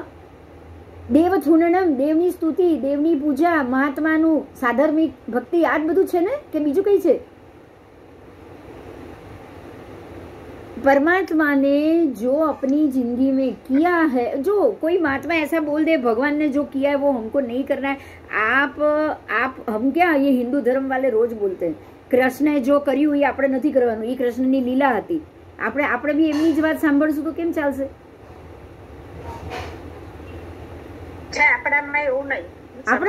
हमारे में तो पॉसिबल ही नहीं है. भगवान ऐसे कोई कदम ही नहीं लेंगे जो करने जैसा नहीं होगा. देखो एक बात ध्यान से, भगवान अनार्य देश में गया, अपने जवान, पर वो अनार्य देश है. अनार्य देश किसको बोलेंगे पहले ये बताओ. भगवान ત્યાં આગળ ગયા ચંડકોશી પાસે. हाँ तो वो अनार्य है, वो अनार्य देश है. पहले ये तो बोलो. भगवान चंडकौशिक में गए, वो आज राजस्थान का वो प्रदेश जहाँ पे उनको ये उपसर्ग हुआ था, वो अनार्य देश है? नहीं, अनार्य देश में गया ना भगवान. कौन से अनार्य देश में गए बोलो? अरे छेस तो भगवान अनार्य देश, आर्य देश और अनार्य देश कितने हैं बताओ? चलो 25.5 आर्य देश है. 25.5. आप जानते हो 25.5 आर्य देश कहाँ कहाँ कैसे फैले हुए, कितने फैले हुए, पता भी है कि ये एरिया कहाँ है? अनार्य मतलब क्या हुआ? ये भरत खंड को छोड़ के आप दूसरे खंडों में जाओ, वो आर्य भूमि, अनार्य भूमि. ये भारत है जो हमारा मध्य खंड है, जम्बू द्वीप का मध्य खंड, वो आर्य भूमि है कि नहीं? हम अमेरिका जाते हैं, जापान जाते हैं, भगवान गए नहीं. हाँ, फिर રાજસ્થાનનો એ એરિયા જ્યાં એમનો ઉપસર્ગ થયો એ અનાર્ય છે જ નહીં. આપ કેવી રીતે બોલો છે કે અનાર્ય છે? બ્રાહ્મણવાડામાં એમનો ઉપસર્ગ થયો છે, બ્રાહ્મણવાડા અનાર્ય ભૂમિ છે? अगर वो अनार्य भूमि होती तो आज यहाँ इतने मंदिर होते, वहां पे इतने महात्मा विचरण करते, इतने महात्मा विचरण करते. बोलो. ये भूमि अनार्य नहीं. तो आपको पता है अनार्य भूमि कौन सी है? पहले ये बताओ. चलो, आपको मालूम है कि अनार्य भूमि कौन सी है? हाँ, बस बस बस. जो खबर नहीं है ना उसको भूल जाओ. अभी एक और है शीला, जिसको शीला का नाम है कुछ, वो हमारे पढ़ने में आएगा. वो शीला एक ऐसी शीला है, वो शीला के ऊपर से अनंत अनंत जीव केवली हुए, मोक्ष गए. वो शिला कहाँ है ना ये हमको नहीं मालूम. ये आज हमारे ये पूरे भरत क्षेत्र के हमारे 25.5 आर्य देश में से कौन से देश में वो शिला है ना ये हम नहीं जानते. कोटि शिला नाम है उसका, पता है आपको? कोटि शिला, कोटि शिला नाम है. अनंत अनंत जीव वो शिला से मोक्ष गए. अब वो शिला कहाँ है वो हमको नहीं पता. और जहां से अनंत जीव मोक्ष गए, हम क्या बोलते हैं पता है? जो जगह हमको नहीं पता ना वो अनार्य भूमि. वो जहां से अनंत अनंत जीव मोक्ष गए हैं, वो ऐसी कोटि शिला जो आज हमें मालूम भी नहीं है कौन से प्रदेश में है ये जगह. तो वहां जहां से अनंत जीव अगर मोक्ष जाएंगे तो वो कहां से अनार्य भूमि होगी, पहले ये तो सोचो। आर्य भूमि अनार्य भूमि कैसे तय करोगे? जहां से आपको है ना, आपके पास हमारे जो 15 भरत क्षेत्र 15 क्षेत्र जो है, वो नाम है ना उसके, देखो मैं अभी भूल गई क्या हम बोलते हैं, जैसे 30 अनार्य भूमि और 15 कर्म भूमि, 30 अकर्म भूमि, नाम है कि नहीं हमारे पास? 15 कर्म भूमि में आप हो कि नहीं? है। अब 15 कर्म भूमि में से 25.5 देश आर्य है, बाकी अनार्य है। तो अनार्य जगह हमारे, आज हमको मालूम ही नहीं है कि अनार्य भूमि कहाँ है, क्या है, और हम भगवान महावीर के हिसाब से तय कर रहे हैं कि वो यहाँ गए, ये अनार्य भूमि थी, ये यहाँ गए, वो आर्य भूमि थी। अब इतना सोचो कि आज का जो हमारा मध्य खंड है, पूरा भरत क्षेत्र छोटा है कि नहीं आदिश्वर के भगवान से, और हमारे 24वें भगवान की अपेक्षा आज पूरे 6 खंड का भरत क्षेत्र छोटा है कि नहीं है? आज के भरत क्षेत्र के ये 25.5 आर्य देश के अंदर आप सोच सकते हो कि भरत चक्रवर्ती का जो 99 कितने लाख पदाती, 90 लाख पदाती यहाँ समा जाएंगे 500 धनुष की काया वाले? नहीं। आज की अयोध्या में समा सकते हैं? जवाब तो दे। नहीं। दक्षा सवाल करे, जवाब तो आप।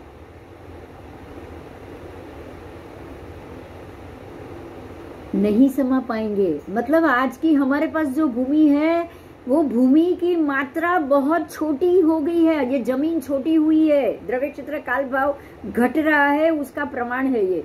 जब ये भूमि बड़ी होगी तो दूर के प्रदेश में अनार्य भूमि आएगी। आज आपके पास 25.5 आर्य देश ही इतने छोटे हो गए कि आपको यहाँ अनार्य भूमि मिलेगी नहीं, और आप ये तय करोगे कि भगवान महावीर यहाँ गए, ये अनार्य भूमि थी, ये आर्य भूमि थी, कैसे तय होगा बताओ? बताओ।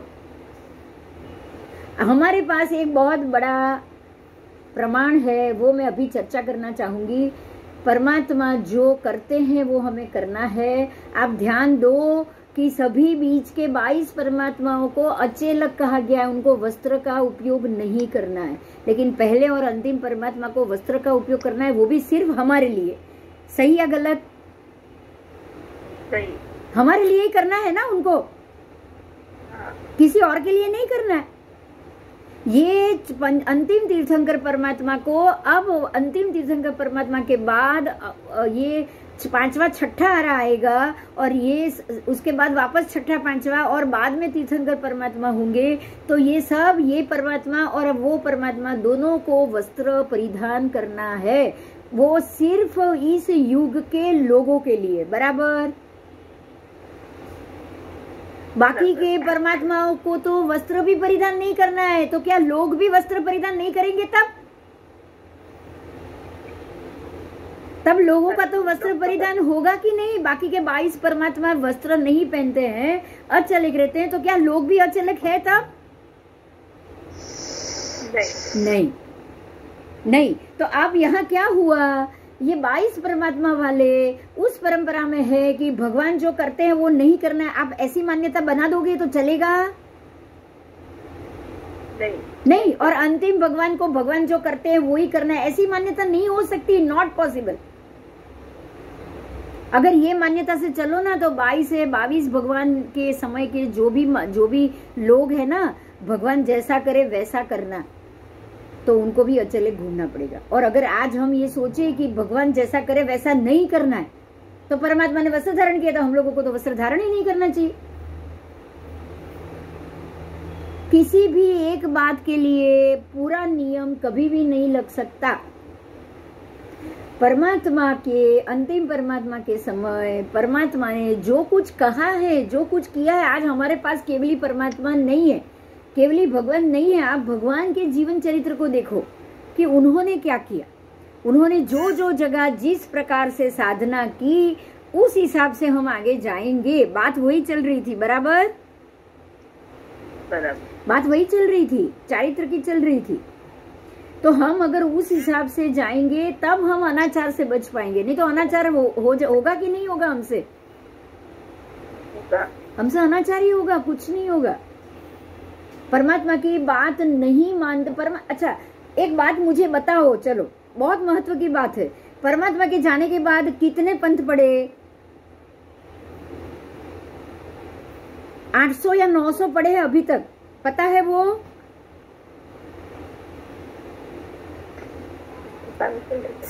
भगवान के जाने के बाद 1000 वर्ष में 700 से ज्यादा पंथ पढ़ चुके थे।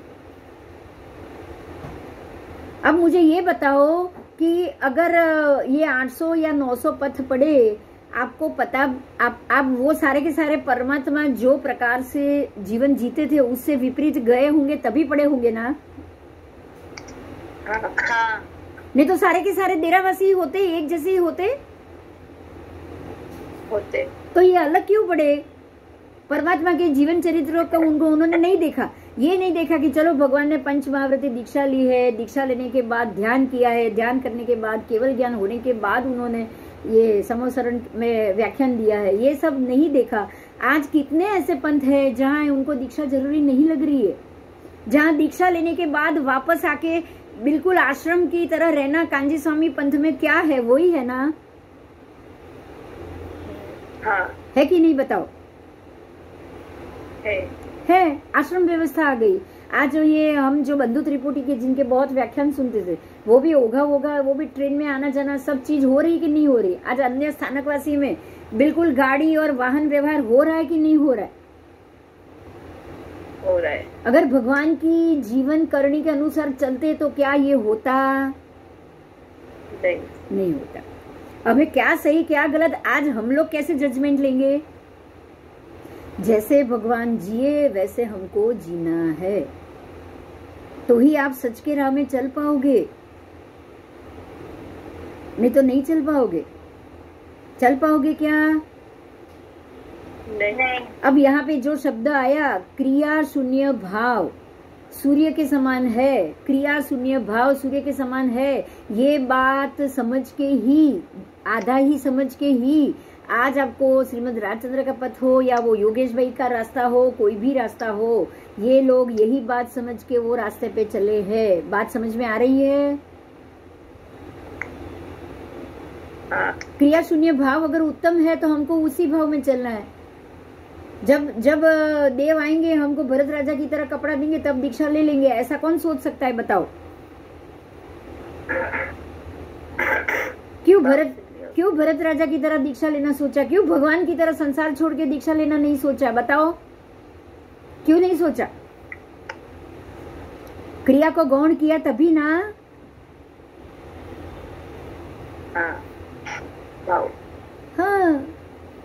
और जितने दीक्षा लेने के बाद शिथिलाचार्य के कारण अलग अलग गाड़ी वाड़ी ये सब यूज करके अपना एक अलग जगह पे आश्रम या घर बना के रह रहे हैं, वो उनके भाव उत्तम होंगे, वो बराबर है कि वो दीक्षा में गए हैं, लेकिन क्रिया शून्य है कि नहीं? है। आपको कौन सा एग्जाम्पल लेना है? ऐसे गुरु का वंदन करके उनके एग्जाम्पल लेके चलोगे तो चलेगा? नहीं। तब आप किसका एग्जाम्पल लोगे? परमात्मा का लोगे कि नहीं?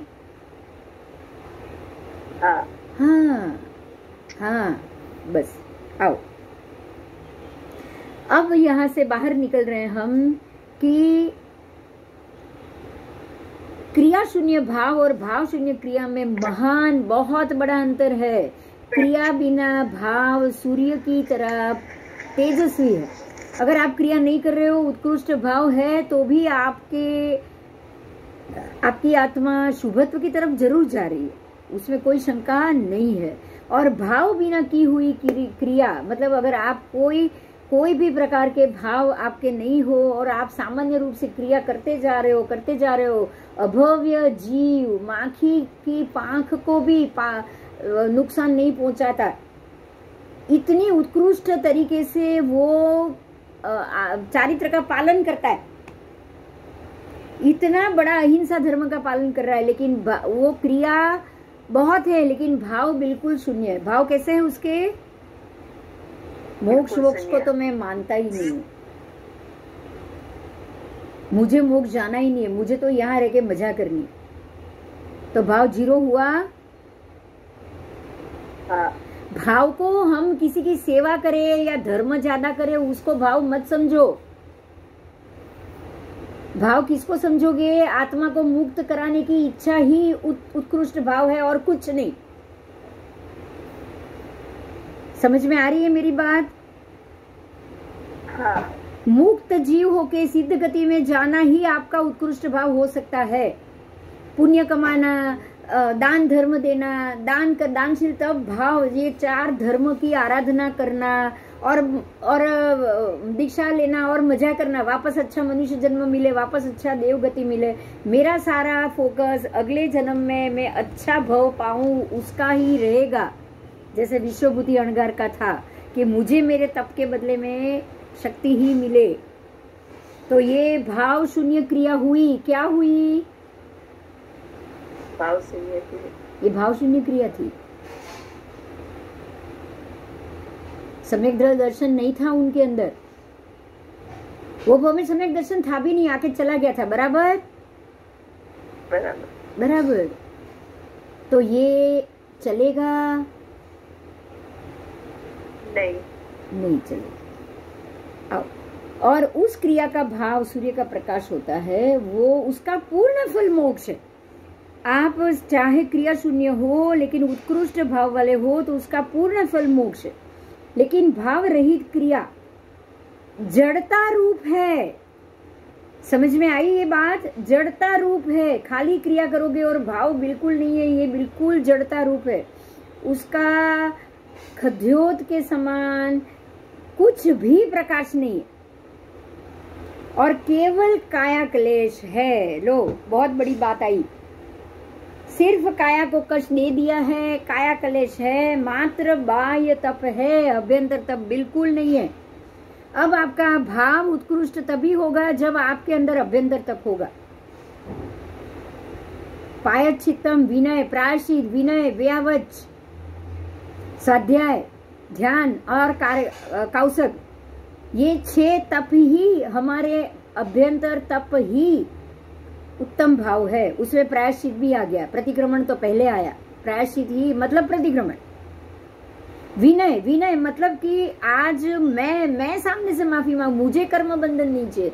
सामने वाला अगर उसको लगे वो अभिमानी है, कोई बात नहीं, मैं सामने से माफी मांग।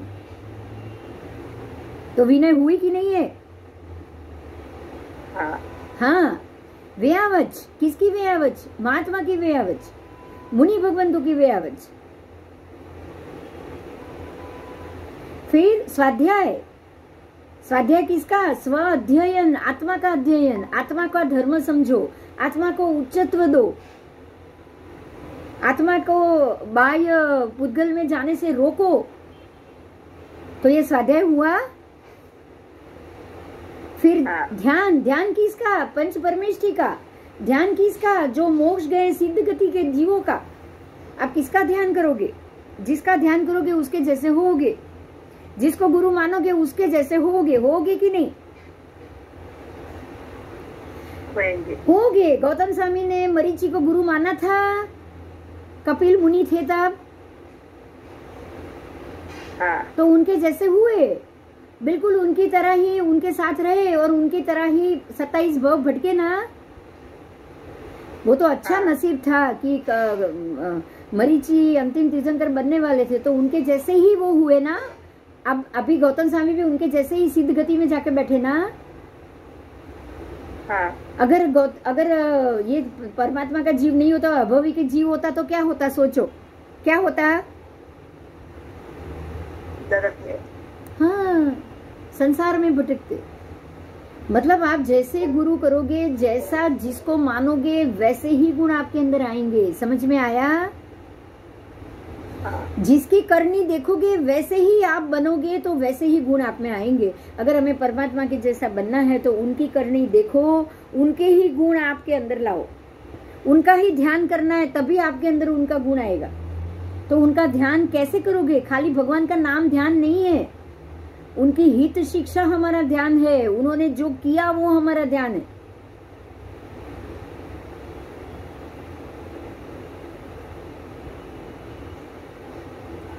दूसरी गाथा सर्व व्रतों के अतिचार और सर्व ज्ञानादि आचारों का प्रतिक्रमण। अभी आपने देख लिया 124 अतिचार, जान लिया वो सारे अतिचार का प्रतिक्रमण। तो अभी देखो हम बोलते हैं जो हम 124 अतिचार का प्रतिक्रमण कर रहे हैं, जो में वया यारो बोलकर मालूम भी है। जो में वया यारो, जो जो व्रत के अतिचार मेरे से हुए, जो में वया यारो, जो जो व्रतों में वया यार मतलब व्रत के अतिचार मेरे से जो जो व्रत में अतिचार हुए हैं, नाणे तह दर्शने चरितेय, ज्ञान के भी अतिचार दर्शन के भी अतिचार, बराबर। ज्ञान दर्शन और चारित्र, ज्ञान के दर्शन के और चरित्र, दर्शन ज्ञान चारित्र तीनों के संबंधी जितने भी मेरे से अतिचार हुए, अब तीनों के संबंधी अतिचार कौन से? तपाचार, वीर्याचार और संलेखना, सब आ गए। हाँ, तो सारे अतिचार ये पहली लाइन में आ गए। जो में वया यारो नाणे तह दर्शने चरितेय, ये एक ही लाइन में हमारे सारे 124 अतिचार आ गए। सुहुमो व बायरोवा मतलब या सूक्ष्म में या स्थूल में। अगर किसी की मैं बोल के गलती करूं तो स्थूल हुई, अपमान करूं, और किसी का मैं मन में अपमान करूं तो सूक्ष्म हुआ। मैं किसी का खाली सोचूं कि अरे इसको तो आने दो, मैं उसको 2 थप्पड़ मारूंगी, मैंने ऐसे ही मानसिक हिंसा कर ली, तो वो सूक्ष्म हिंसा हुई। अभी तक मैंने मारी नहीं है, और जैसे ही वो आए मैं 2 थप्पड़ भी लगाऊं तो बादर हिंसा हुई। तो सूक्ष्म बादर ऐसे जानोगे आप, मन में सोच सोच के जितने भी पाप कर रहे हो वो सारे सूक्ष्म हिंसा हो रही है। तो यहाँ सूक्ष्म बादर जो भी अतिचार लगाए, इस अतिचार में ज्ञान दर्शन में सूक्ष्म बादर दोनों लगते हैं। आप हर एक अतिचार में सूक्ष्म बादर बोलोगे,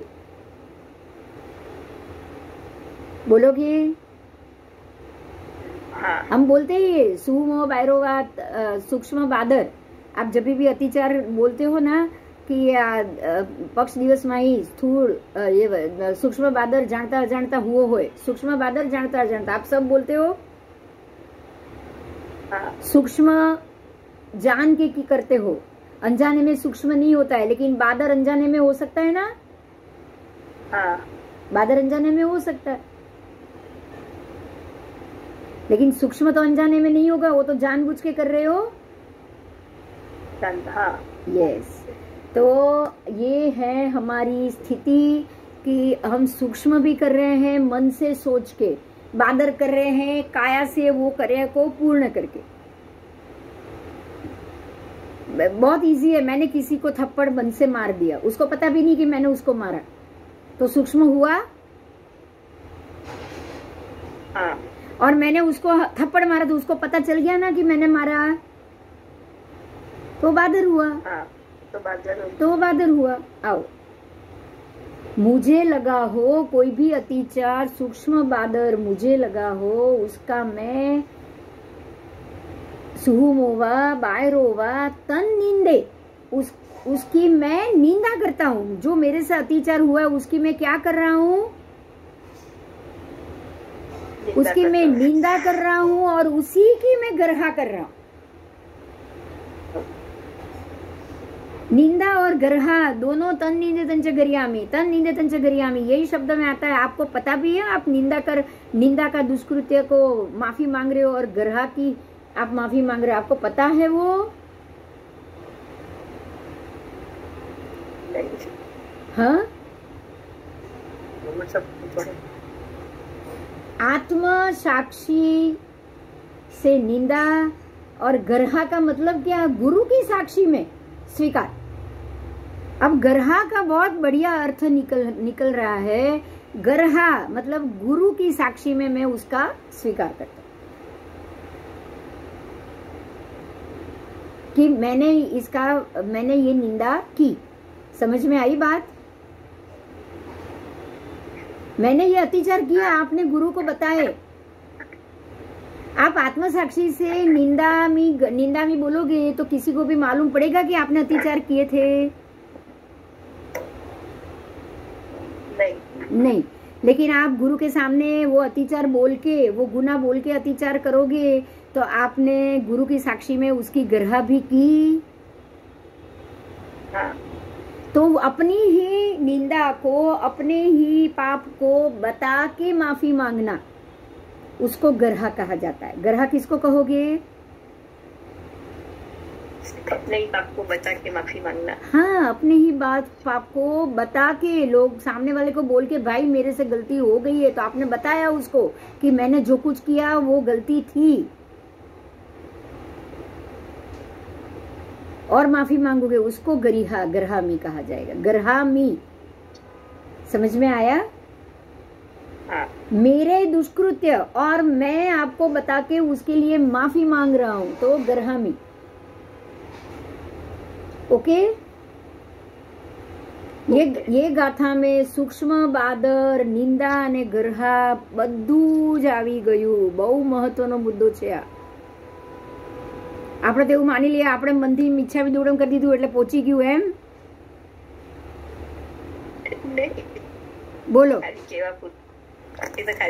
હા, આજે આજે આજે હું ઈચ્છા વિદુડમ કરી લઉં સકળ સંગમાં, પણ એ વ્યક્તિની જઈને માફી ના માંગુ તો ચાલે? नहीं। तो गर्हा वगर चाले? नहीं। खाली मारा कृत्यनी, मैं दुष्कृत्यनी मैं निंदा करी ए नहीं चाले, पण हूँ जईने माफी मांगू ए जरूरी छे के नहीं? एने गर्हा कहेवाय। ओके? आओ चलो। હવે હવે આખું બહુ ઈઝી હતું, બહુ નાનામાં જ 2 લાઈનમાં એના શબ્દો તમને સમજાઈ ગયા कि मेरे जो भी सर्वव्रत के अतिचार और आचार, अनाचार, अतिचार और अनाचार जो पूरे दिन के लगे हैं उसकी मैं निंदा करता हूँ। सूक्ष्म बादर सबकी मैं निंदा भी कर रहा हूँ और मैं गुरु की साक्षी उसका प्रतिक्रमण भी कर रहा हूँ, स्वीकार भी कर रहा हूँ। स्वीकार कर रहा हूँ या प्रतिक्रमण कर रहा हूँ, एक ही बात आई? आई।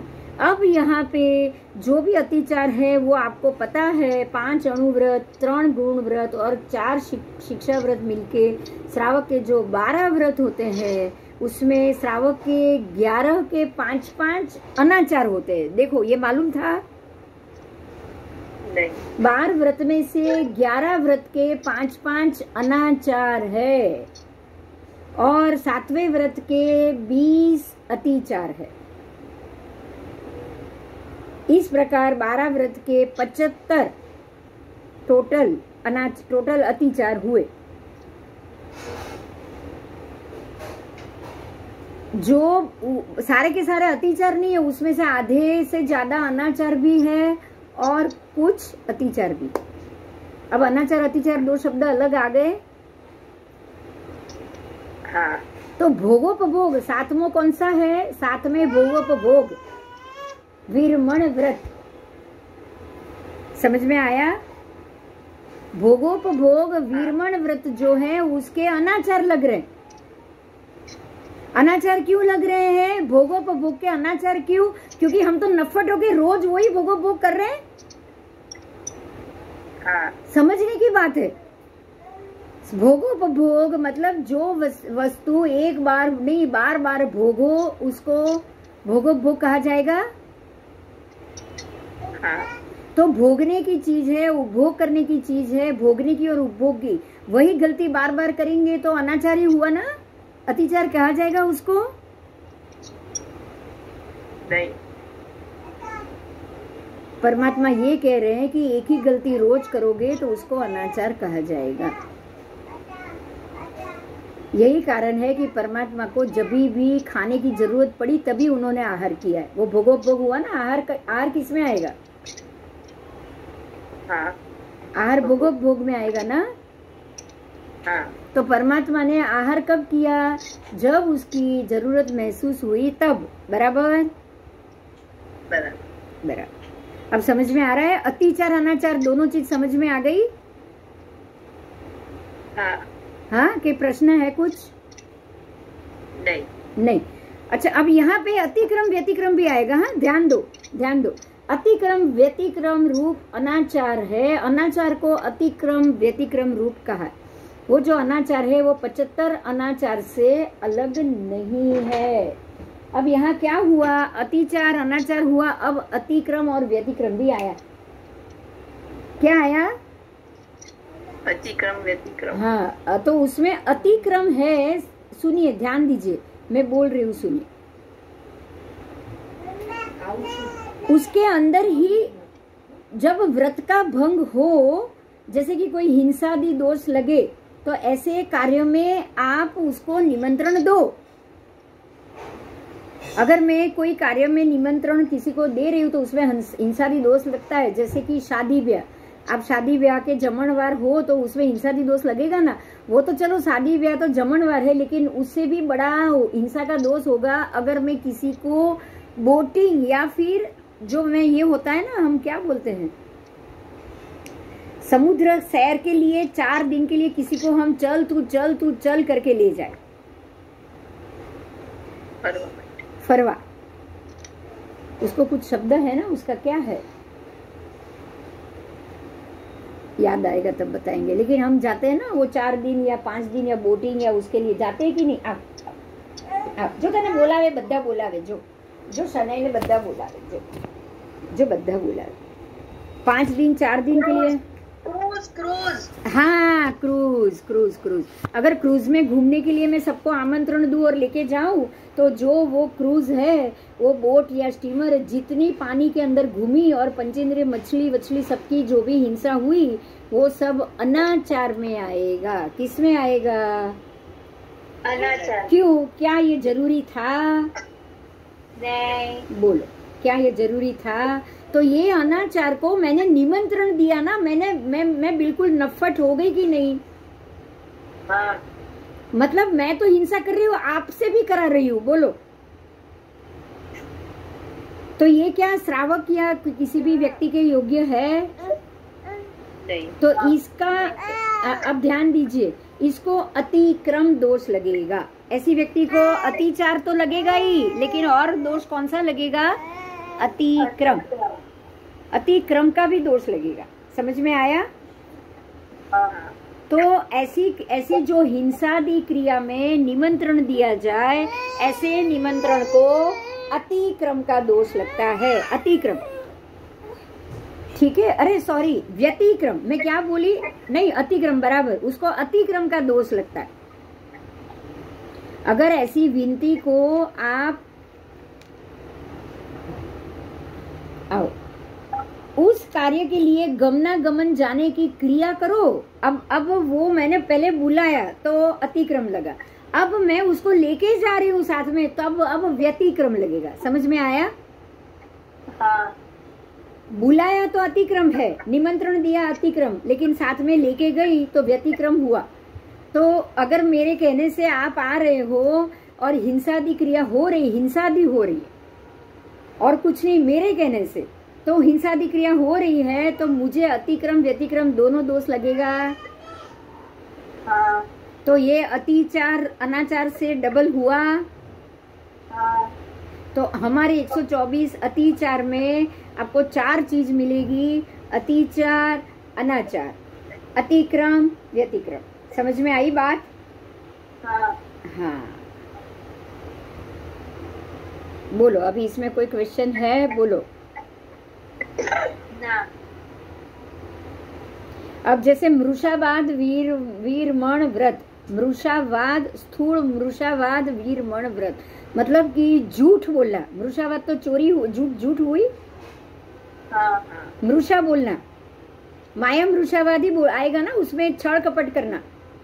अगर मैं छल कपट करूं, आपको पता है, और आपको भी बुलाऊं, छल कपट में भी मैं और 2-3 लोगों को साथ में लूं, और मैं आपको निमंत्रण दूं, आप आओ, छल कपट का मैं प्लान कर रही हूँ, आपको निमंत्रण दे रही हूँ, आप भी आ रहे हो और हम लोग साथ में छल कपट कर रहे हैं, इसको क्या कहोगे? अतिक्रम, व्यतिक्रम। व्यतिक्रम। अतिक्रम भी और व्यतिक्रम भी दोनों हुआ। हाँ। यस। तो अतिक्रम, व्यतिक्रम, अनाचार, अतिचार, ऐसे 4 प्रकार के दोष हमें लगते हैं। ठीक है? ठीक है, हमको नहीं पता है, लेकिन उसमें भी अतिक्रमादि अतिचार उसके अनुसार जान लेना चाहिए। ठीक है, तो ये हम अभी अतिक्रम, व्यतिक्रम, अतिचार, अनाचार, यहाँ पे ये बात खत्म करें, छोड़े। हाँ, पर ये मुद्दे में 2 लाइन है, वो मैं पूरा कर लेती हूँ, खाली 2 लाइन।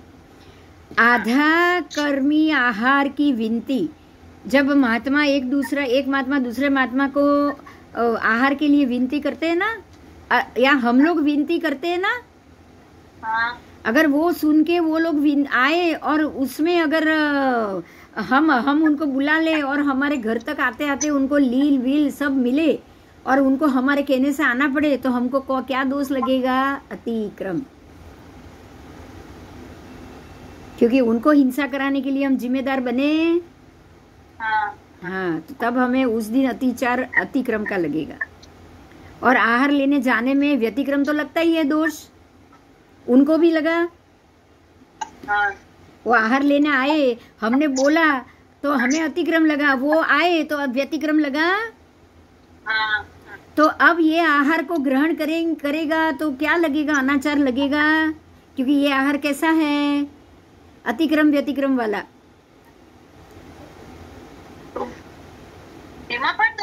हाँ, उस आहार को ग्रहण करने में अनाचार दोष लगता है।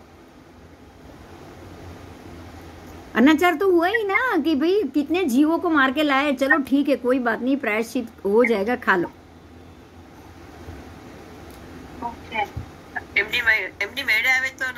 अगर वो आए, हमने बोल दिया मतलब हमने तो अतिक्रम कर लिया, वो आए और उनको लगे कि यहाँ पे तो लील सब है, पट्टा वट्टा कुछ नहीं किया है, रास्ता साफ नहीं है, और वो चले जाए तो बाकी के सारे उनको लगने दोष अटक जाएंगे।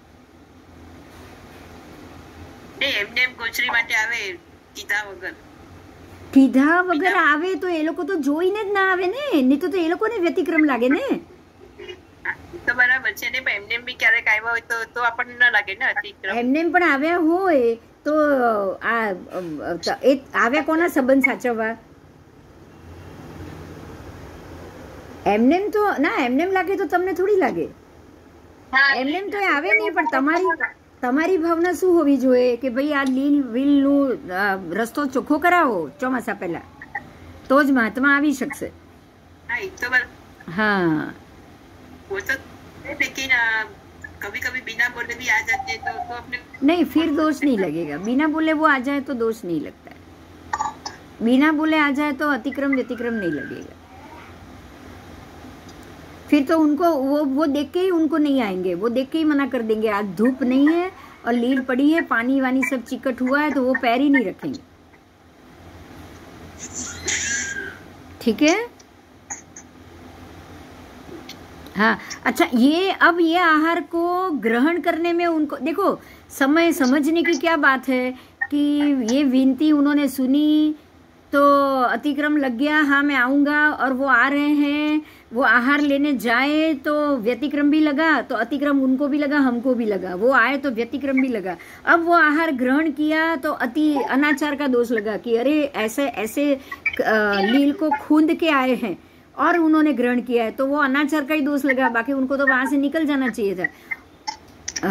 अतिचार का दोष लगा क्योंकि उन्होंने लील को खूंदा है ना, अब उसको खाया तो अनाचार लगेगा कि नहीं? बिल्कुल विवेकहीन हुआ कि नहीं काम? हाँ। बोलो। हाँ। पहले तो उनको अब अनाचार अब क्यों लगा? क्योंकि पहले तो उनको सुना और आना तो आना ही नहीं चाहिए था ना। हाँ। पहले उनको पूछना चाहिए था कि भाई क्या है आपके यहाँ, ये सब व्यवस्था है तो ही मैं आऊं, नहीं तो नहीं आऊं। पूछना चाहिए था ना। हाँ। अब पूछा भी नहीं और आ गए नीचे लील देखी और नहीं, मैंने बोला है तो मेरे को ऊपर तो जाना ही पड़ेगा, वो तो अभी उनके बुलाने के लिए मैं आया हूं, तो मुझे नहीं उनको दोष लगेगा, ये पॉसिबल नहीं है। क्या हमने बुलाया तो हमको दोष लगेगा, वो हमारे बुलाने पे आए हैं तो उनको दोष नहीं लगेगा? ये हो सकता है ऐसा? नहीं। प्रेजेंस ऑफ माइंड तो चाहिए कि नहीं? हाँ। उस समय आप लील को खूंद रहे हो तो आप वापस जा सकते हो कि नहीं? जा सकते। जा सकते। पर वो नहीं गए तो क्या लगा? अतिचार, क्योंकि नील को खूंद के गोचरी ली। अब वो गोचरी को वो वापरे तो अनाचार लगेगा।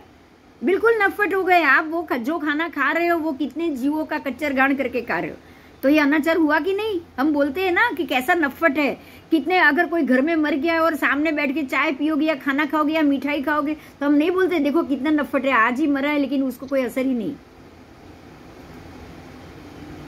तो इतने निगोद का और इतने वो निगोद के जीवों का घाण करने के बाद वही चीज को हम खाएंगे तो अनाचार लगेगा कि नहीं लगेगा? लगेगा। लगेगा, लगेगा ही लगेगा। ये तो महात्मा की बात हुई। हम अपनी बात करो, महात्मा की बात छोड़ दो, अब अपनी बात करो, खुद की बात करो। अगर किसी के बुलावे पे गए हैं तो व्यतिक्रम अतिक्रम दोनों लगा, और उसने यहाँ एक तरफ नॉनवेज रखा है, एक तरफ वेज रखा है, बोलो अब क्या करोगे? नहीं खाना, खाना ही नहीं खाना। ऐसा तो हम करते नहीं है ना। अतिक्रम व्यतिक्रम दोनों अनाचार लग रहा है कि नहीं लग रहा है? सब लग रहा है, सब लग रहा है, चारों लग रहा है। एक तो उसके बुलाने पे गए, पहले ही पता करो ना कौन है वो, पहले ही पूछ लो ना कि भाई ये तू कर रहा है, कौन से होटल में कर रहा है, क्या कर रहा है, वहां पे ये खाना नहीं चाहिए, पहले ही पूछो, पहले ही पूछो। तो हम तो यही समझते थे कि खाली पाप लग गया उतर गया, पर कैसे पाप लगा पता भी था? नहीं। और वो पाप तो ठीक है, वे लग गया है, खा लेंगे, खा लो, बैठ के खा लो, क्या होगा बोलो? चारों पाप लगेंगे। चारों पाप लगे, बिल्कुल अनाचार में आ जाओगे आप। ठीक है, तो ये अतिचार, अनाचार, अतिक्रम, व्यतिक्रम, ये यहाँ पूरा हुआ। ये बहुत जरूरी है, हमको ये पता ही नहीं है लेकिन हमको ये जानना बहुत जरूरी। तो अब अगले क्लास में आएंगे ज्ञानाचार के 8 अतिचार, जो आप नाणे वो बोलते हो ना, नाड़म्मी दंशनम्मी, वो सूत्र आएगा। इसमें आपके और बहुत सारे सूत्र आ जाएंगे, बराबर? और उसको अच्छे से आप समझ भी पाओगे, बहुत अच्छे से समझ पाओगे। मुझे लग रहा है ये 2 गाथा आज आपने बहुत अच्छे से समझी। हाँ। ठीक है, चलो तो अभी फिनिश करते हैं क्योंकि टाइम तो ओवर हो रहा है, पर नहीं लेंगे तो भी नहीं चलेगा, टॉपिक तो पूरा करना जरूरी है, बराबर ना? हाँ हाँ हाँ हाँ, चलो। यही से हमें मिथ्यात्व सम्यक दृष्टि मालूम पड़ेगी। हम ये माने कि इसको तो ये कोई जरूरी नहीं, ये सारा कुछ नहीं होता है, वो तो उसने बोला है उसको दोष लगेगा, हमको दोष नहीं, हमने थोड़ी खाना खाया है। ऐसा नहीं, आप आधा तो गए ना, आपने आधा तो काम किया ना। हाँ, आधा तो किया ही है, ऐसे में तो जाना भी नहीं चाहिए, आप जाओगे तो भी दोष लगेगा। व्यतिक्रम अतिक्रम तो लग ही गया ना। हाँ ठीक है, चलो चलो, जय जिनेंद्र, जय जिनेंद्र, जय जय। अभी अगले क्लास में मिलेंगे शुक्रवार को, बराबर? अच्छा, जय जिनेंद्र।